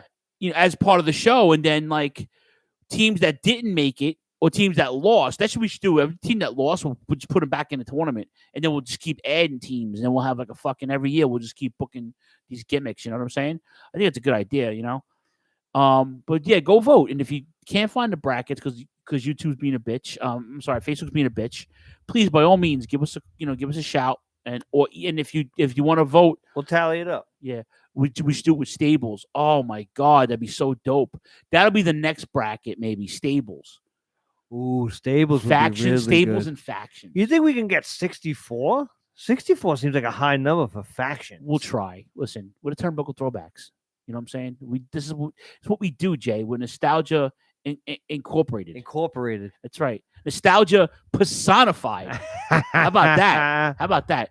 All right, let's get the fuck out of here. Let's get out of here. I know you got to go to work tomorrow. Yep. I got to run errands tomorrow and get ready for a weekend of fantasy baseball, prep, wrestling, and I got to do. And Coming to America, I have to watch this. That's right.